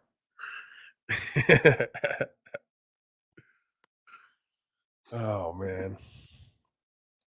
All right, let's move forward. Why the hell not? We only got a few minutes left anyway. Man, we didn't get the cop shooting citizens. Can I transition real quick? I don't have the hormones on me. Ohio man awarded $300K after they were thrown out of council meeting. Okay, maybe we get to tomorrow. Okay, I'm going to do a couple cop shooting citizen slaves because why the hell not, huh? It's the holiday season. Christos, They're racking up Christos' back hair there. looks really Excuse long in me? that picture, Christos. Christos' hair is looking super long, man. Yeah, The whatever. picture there. Cop shoots 2 dogs, attacking man, accidentally shoots victim. This sounds fun. You ready for this? It's a big fat chick that got shot. Oh, man. You're sick, Snaps. The blaze of gunfire. You guys seen this? Oh, man. A Springdale police Fucking officer people. takes out 2 dogs He shot me. God damn it. and accidentally hits the man they're attacking. 62-year-old Lawrence King takes a bullet to the leg last Thursday after his business partner's dogs start chomping down on him. King co-owns the Tri-County Golf Ranch, where dogs are featured prominently on the website. Very friendly, very outgoing, cool dogs. DeAndre Brown got to know them well through his job delivering packages at the golf ranch. He says he'd never seen them attack someone until last week. Seemingly no warning signs that this man would end up on a blood-soaked sofa with 2 dogs gnawing down on his arms. It's never out of the blue. Cheryl Coker owns Raise the Bar Dog Training. She says if you want to avoid aggressive behavior down the road, socializing dogs as puppies is paramount. The dog is an animal first. They do have high prey drive. Some of them have resource guarding, and that's where I come in. Tom Mitchell wrote the book 1 Minute Dog Training. He says what we don't know about the dogs could hold clues to why they did what they did. We need that book for Snafu Snaps because he's always like resource hoarding. He's always like exhibiting predatory attacking behavior. So we need to write a book about Snafu Snaps Allegedly? psychology. Yeah, like what's the psychology of a warthog creature and how to put it at bay. I don't know, but do you notice the ramping up of canine gun stories over the last, I'd say, 6 I months? haven't, but the more that you say it really slow like that and leading in really just kind of excites me and makes me think that there's more to look at. Just go to YouTube and type in, cop or dog shot. The Cock? promotion. What? Go to YouTube and type in cock. Cock, dog shot, whatever. No, the fact is we've noticed this is something we were talking about a month and a half ago. The promotion of shooting homeowner dogs, police officers, and then accidentally shooting the person versus the dog has been ramping up. Go Gadget win sale. Go Gadget Emergency. Also, the promotion, but see, it's the whole gunplay thing too, because the promotion of carrying in case a rabid dog comes after you. Like the videos have been spiking up in algorithms for They're like 6 ramping months up. now. This person's Ramping up. suspiciously skeptical. Skepticism. Hey, where is Ambassador Yurt? The cupcake Ambassador Yurt. I don't know. I think that he's taken his leave. I haven't seen or heard hide nor hair from him in a while. I just saw Word the has it that docket. yeah, he was at the satanic display in Iowa, but yeah. That makes sense. Word is that Yurt got hurt in a skirt. He was flirting with one of the satanic witches there. Okay. All right, let's continue on, huh? Why not? Snafu snap. Yeah. The moment a Houston cop got shot 3 times. Have suspect shoot San Diego police sergeant in the head during foot pursuit. Let's go to that one. Because you know what else is ramping up? Slaves shooting cops. Snafu snaps. Warning, this is very disturbing. San Diego Police, this is Evelyn. Yeah, I need to report my car stolen. Okay, what's the address the car was taken from? All right, we're going to speed up. Let's get to the disturbing part.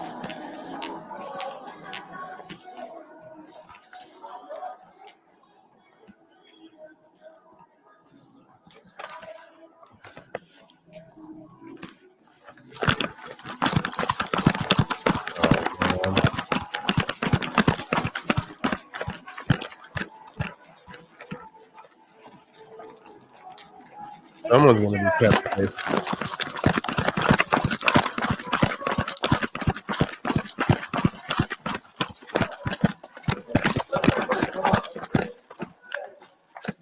Hey, Curtis. Tag, you're it.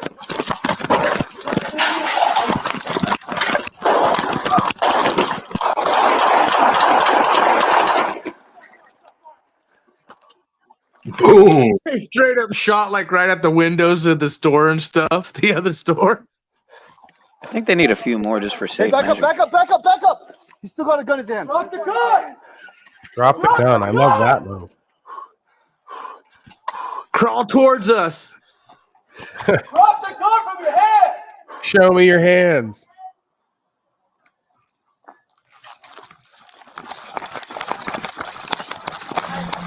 Hey, come here.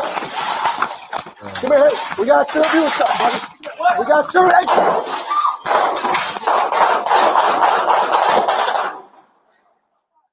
I have no idea what that was over the brick wall. It didn't look like anything. Third angle.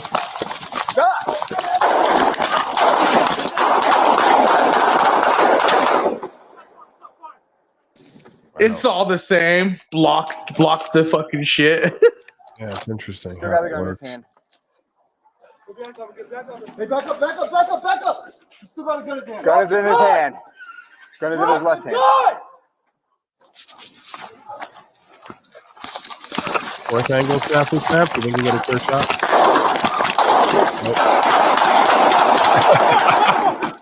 Shot fired. Yeah, it's not going to happen. We're not going to get a clear shot of what happened. So, No. How many body cams does it take to get a shot of what happened? It's not a joke. It's not a lead-in for a punchline. Probably depends on the county and well, I'll just leave it at that. Where those body cams came from? Controversial, huh? You're gonna be controversial. I love how they just unloaded though, like at the open windows right there of the store. Like, if a couple go in, I don't know. That was crazy. What else do I have? Body cam, 15-year-old suspect. Breaking news. Okay. Nazi Kot's at it again. He needs daddy's help. That's all I'm here to say. Daddy, chill. All right. Whoa. Well, we're at the third hour. We could pay a visit to Slave Cop. See what he's up to lately. See if anything. You gotta help Oh him though, Daddy. man.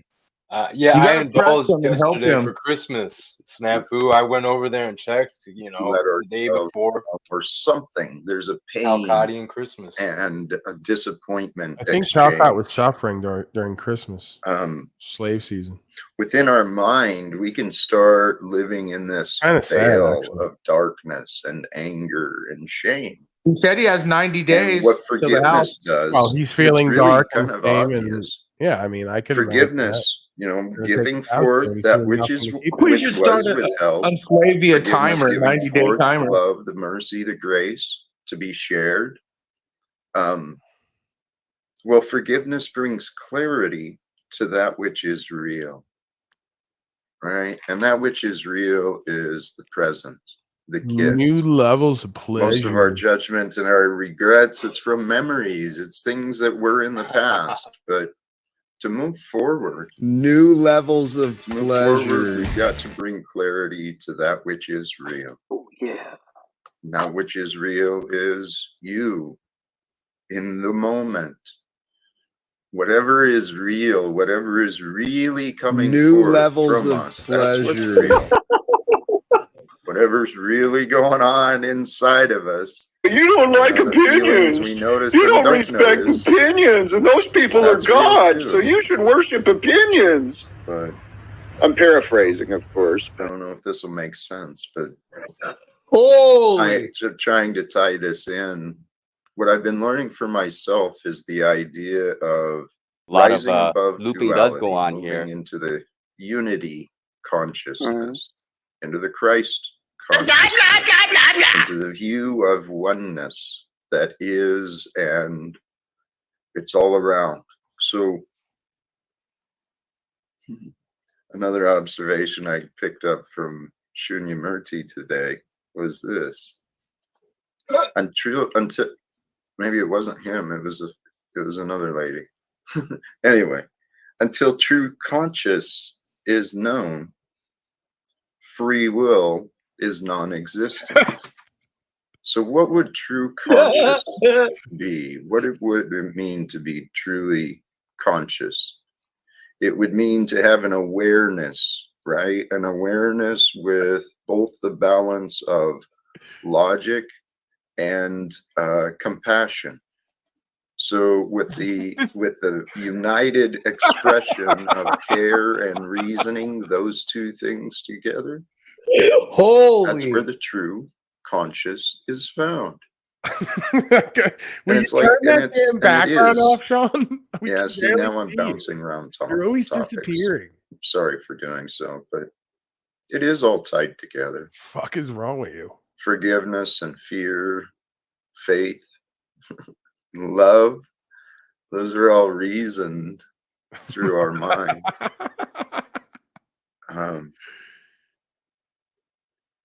And then forgiveness is the path. It is the path to move us beyond our judgment. And it is beyond the judgment. It's beyond the divisions of good or bad, right or wrong. You move beyond that into just acceptance of that which is.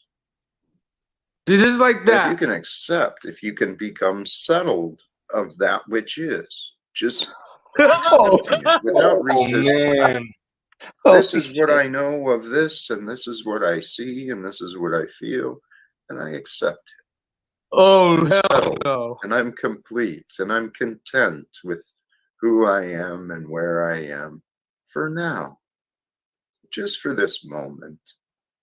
Because it's from this moment, from a place of feeling whole, feeling complete, feeling unified with all that it was and all that is, from that place, it's really easy to move forward with your life with confidence.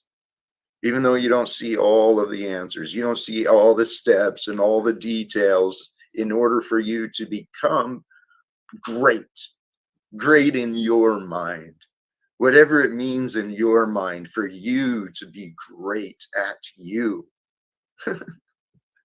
Man, this life has become an amazing experience for me for myself. It really has. It's kind of hard to explain, yet it's not. It's kind of different. Hashtag non-dual. But it's not. And Coming at ya. Coming at ya. Where my mind was going is I look forward to living my life with others who join with me as I am, how I am, with the purpose that brings me forward. So here's our first guest of the day, praise God. We'll see how it goes. Welcome, Snafu. How you doing, brother? I believe in Calcadia, where we take people to the dungeon, yeah. And we get a little Nazi cop. Fucking liar. Fucking because liar. We gotta follow or we're not. Into Calcadia. What are you doing, Talcott? This is Mr. my Snowball? safe space. Oh, praise be. I am truly enjoying my life. And Snafu, you do bring fun with you many times. Other times, you're just a pain in the ass, man. But You've you're got to still fix a your fun guy. dungeon. As much as you put me in there, you got to fix it up, dude. I don't know what to do. Well, that's been kind of your narrative for a while. I know. So how do you fix that? Daddy came. I told Daddy to come help you. Uh-oh. Will you allow Daddy to hold your hand and change Calcadia forever? Whoa! Don't shake your head like that. Why? I invite people, many people, to join with me, to help influence and nurture, grow this, whatever this is to become. What is this? Well, the Live Without Fear message brand could be a nonprofit, could be a religious organization. It would be a nonprofit. He just can't even whatever save his we house. want it to be, but I get to choose. Would you prefer it being a religious organization? I prefer death cult, like the old lady says. I don't know. Hey, we got someone maybe to help bring some balance and fun as well. Welcome, Moose. Good to see you, brother. Oh, no. You got You got work with them, Jack. I don't know how to fix that. Do you know how to fix it? He has to come in and out. I think his audio's fucked. Pop Right. in, pop back out, Moose. Is that better? It is better. Oh, you're good. Fuck you! Hey Jack, I have a video I'm gonna do. I've been recording maybe an hour-long video of us passing out toys to the little children. We're passing out candy, going into the middle of the desert today. Like, dude, I don't know how to express how much that, like, just watching the joy on these small children's faces, man. All I want from people, man, is just like to realize that each one of us can do just a little bit to make each other's lives just a little bit better. It's not about, I understand there's bad people out there, but what about the good people? What about the good that we can do? What about the little tiny things that each one of us does that brings together something like this event? Like, we passed out over 200 gifts, and there was children running to the cars, and just, every single one, man. It was like, dude, I'm blown away. It's the first time I've actually been on the car itself. Every year I donate, right?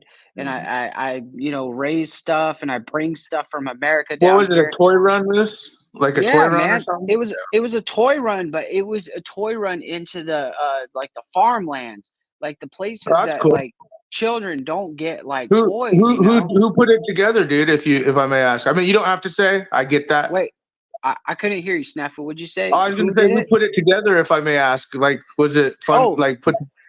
So it was funded by the local bar, the racing bar. The mother of the racing bar is a local Mexican, and then she's married to an American. And so it's a bunch of us Americans and Mexicans that come together, and we do this big Christmas party with prime rib dinner, and everybody donates a little bit here and there. So it's not about giving something and getting nothing. Like, they got a great dinner for it, but they also gave back to the community. And then we did the work. We did the hands in, in the dirt kind of stuff. So that way, the people that didn't want to do that, that just wanted to put some money towards it, could enjoy it as well.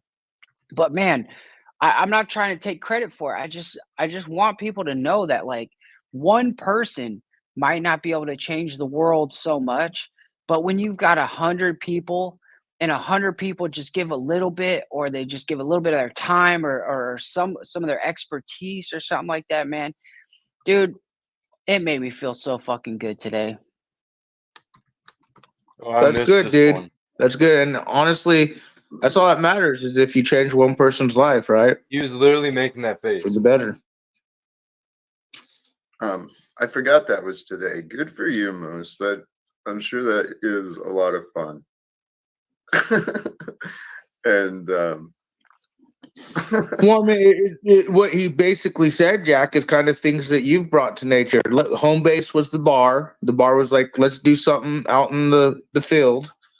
They came up with the plan, did a toy run, and used the people to help make it happen. So, it's kind of like what you've been talking about. If you ever come out with the idea, you got people. with your I'm just saying. Don't put me in the dungeon. It wasn't all victory, Snaps. It wasn't all victory. We had more toys for the smaller children than we have for the older children.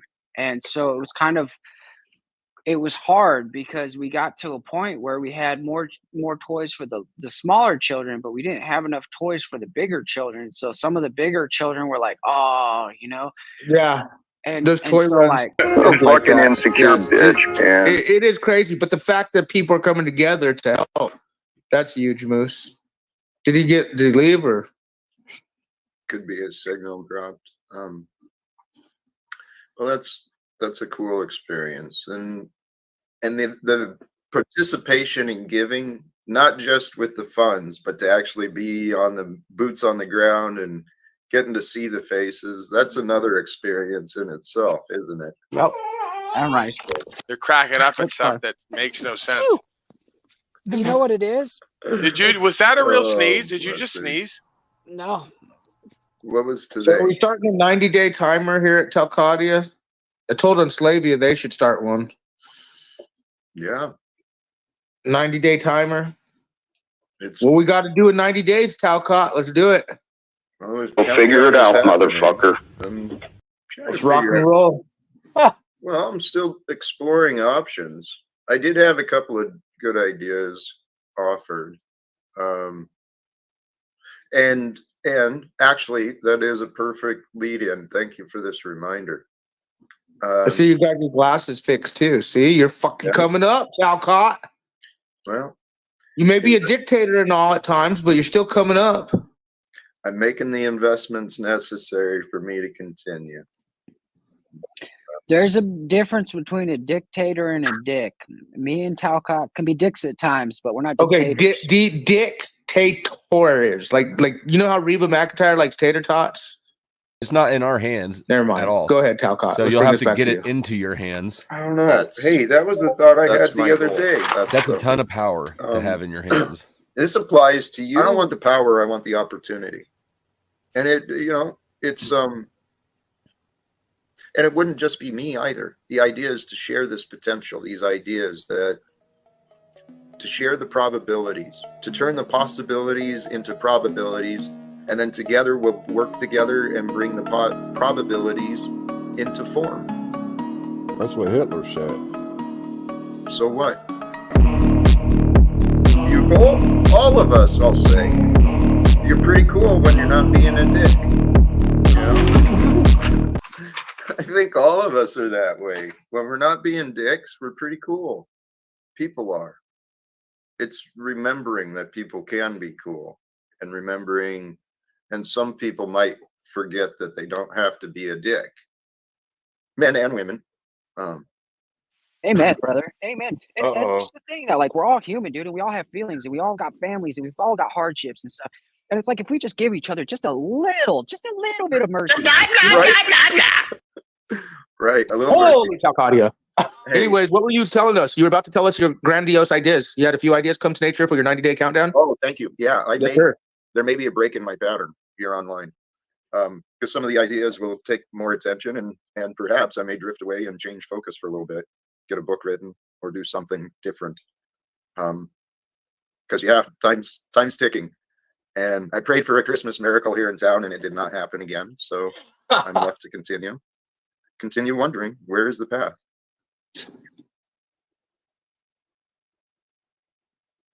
But today we are here. And today, well,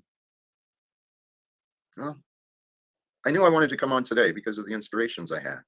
Some of those thoughts. It makes sense to me. From fucking liar.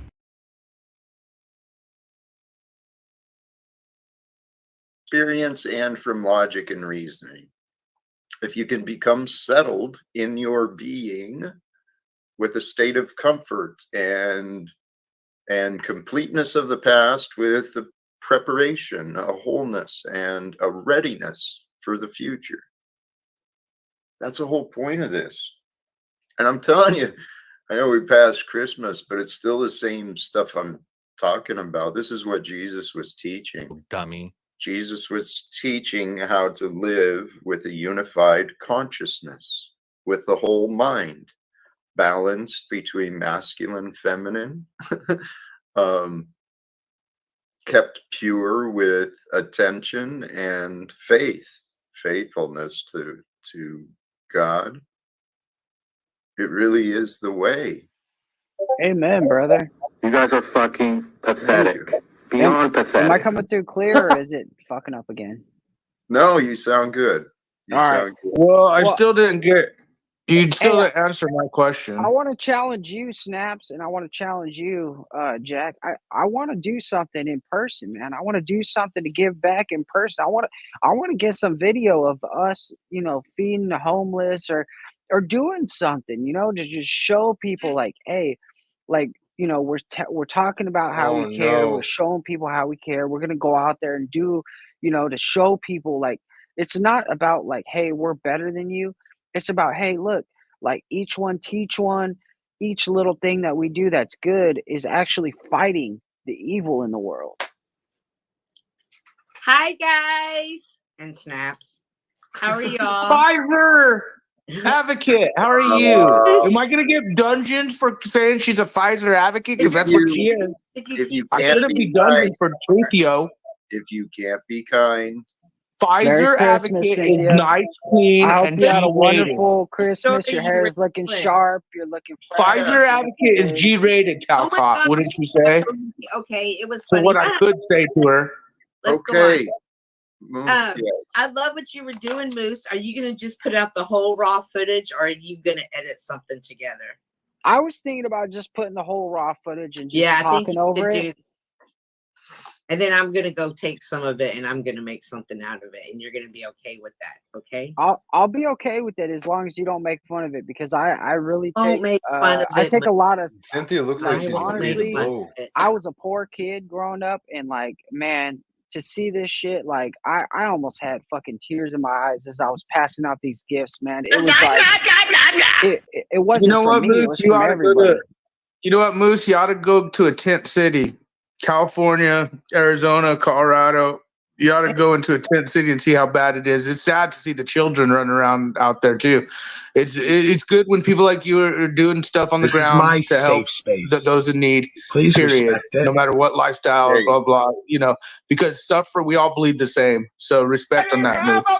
But tent city, if you think that's crazy, go to a tent city, man, and you'll be like, holy shit.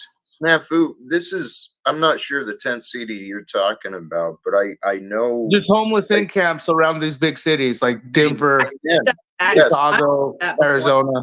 Not just those. Think about how many. There are millions of people in refugee camps. People without nations, without homes. They're stuck in the stupid. Right, but what can you do? I guess the question is the ones he's talking about, the ones I'm talking about, are ones that you could physically, like right now, get in your car.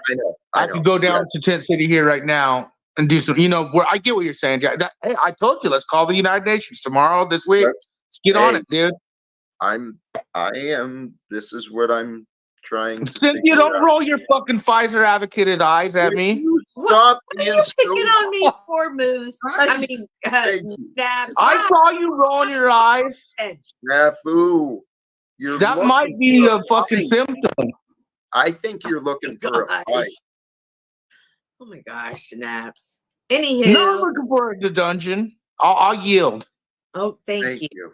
Anywho, exciting. I hope everyone's having a great day today.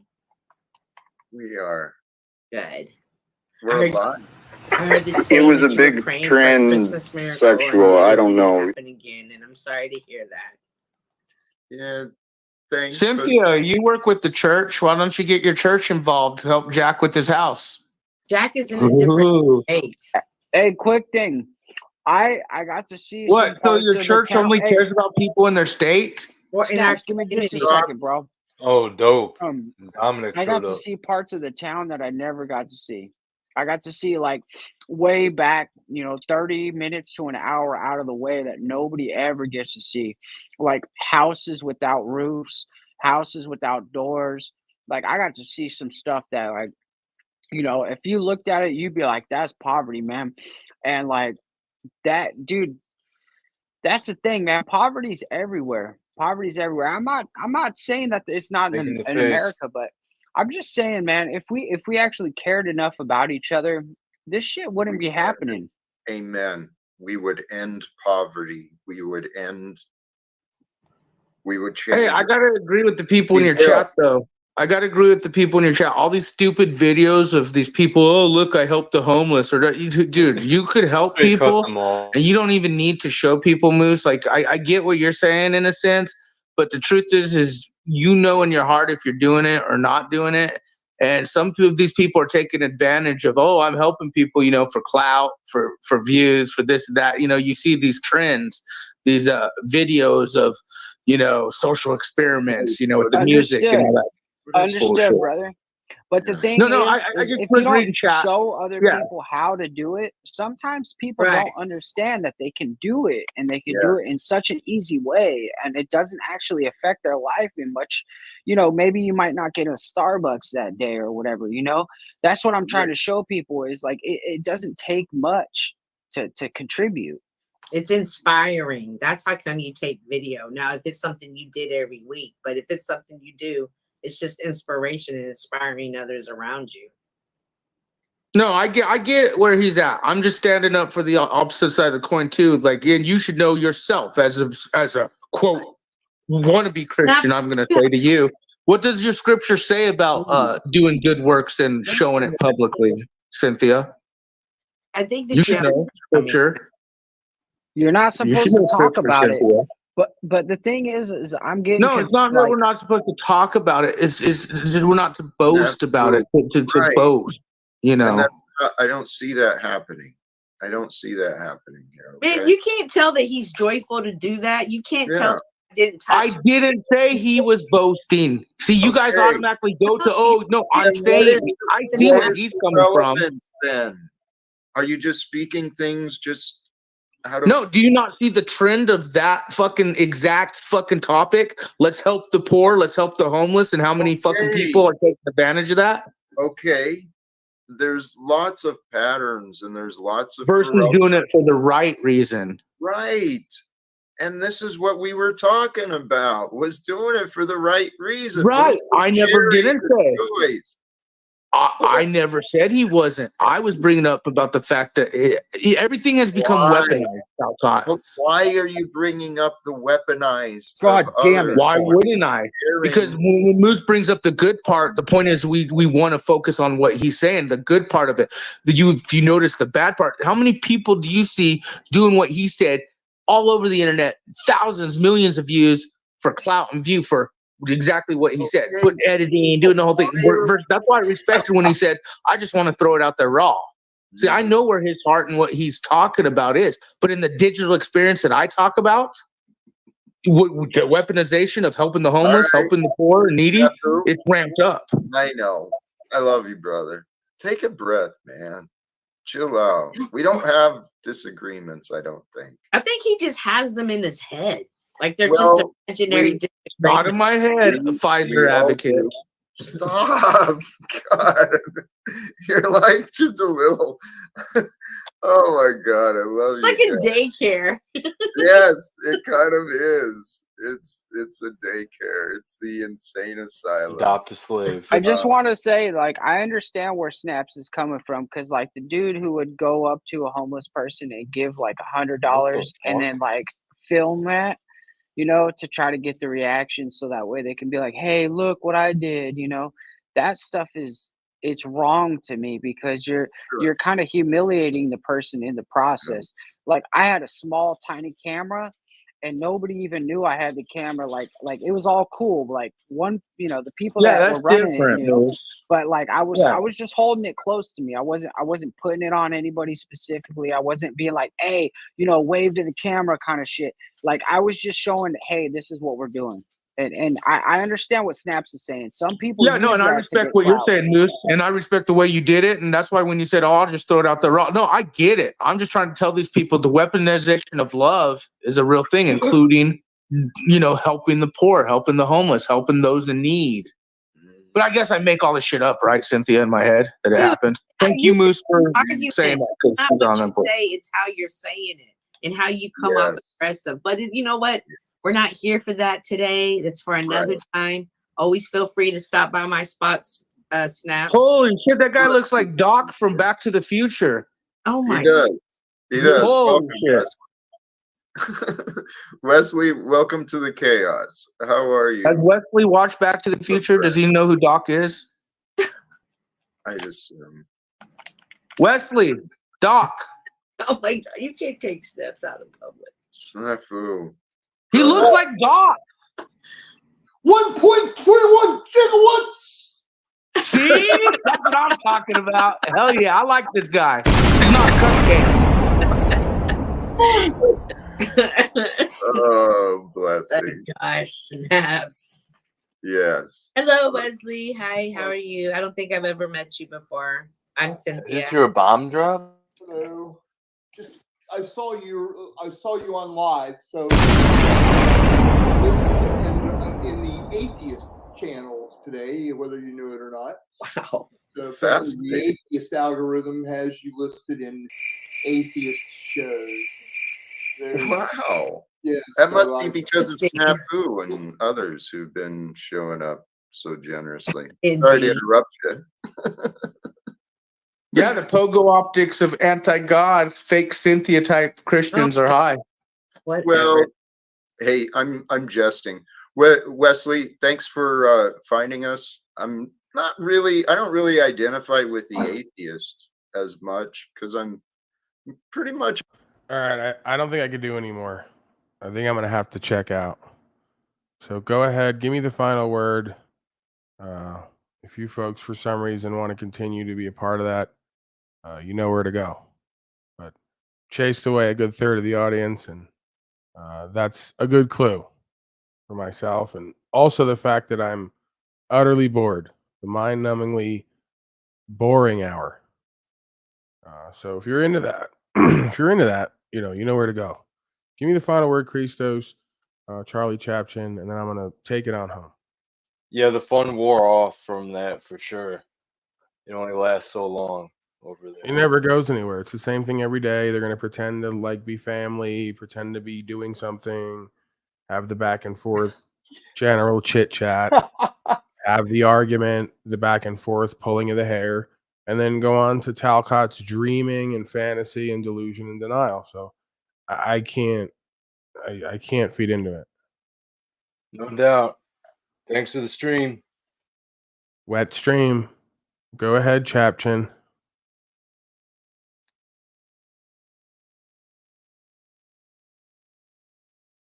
All right. I'm going to sign off. I'll see you folks later. Wizard pretty much didn't say anything this whole time. So maybe he went to sleep. All right, folks. I'll be back tomorrow somewhere between the 12 and 2 MDT hour, as always, 7 days a week. Look forward to seeing many of the Broken System, Broken Trust folks back here. If they want to come over here, right, they can subscribe youtube.com at Pimp Unslaved. Proper instruction motivates people. That is the acronym. We're not selling body parts out here, okay? Not yet. Hasn't gotten that bad yet. New World Order. But all right, optics are high, as the Snafu Creature says. I'm going to sign off. Thank you once again to the folks who contribute and support and give value where they get value. You are a blessing. And one day you may have to cash in on that, right? When it gets really bad. You may need some body parts and or a warm body to cuddle up next to. Some of you may have that option with me. The rest of you probably not. So feels good to have a communal energy in a sense with this non-unity online. It's good, it's bad, it's ugly, it's all the things. So yeah, can't wait for what's in store in the future, as they say. All right, enough jibber jabber. I'm out of here. We stand with Ukraine, Israel, and all the rest, because that's what the fuck we're told to do, and we do what we're told here. We're good United States citizen slaves, all right? So peace and love, brothers and sisters, and of course, Mazel Tov.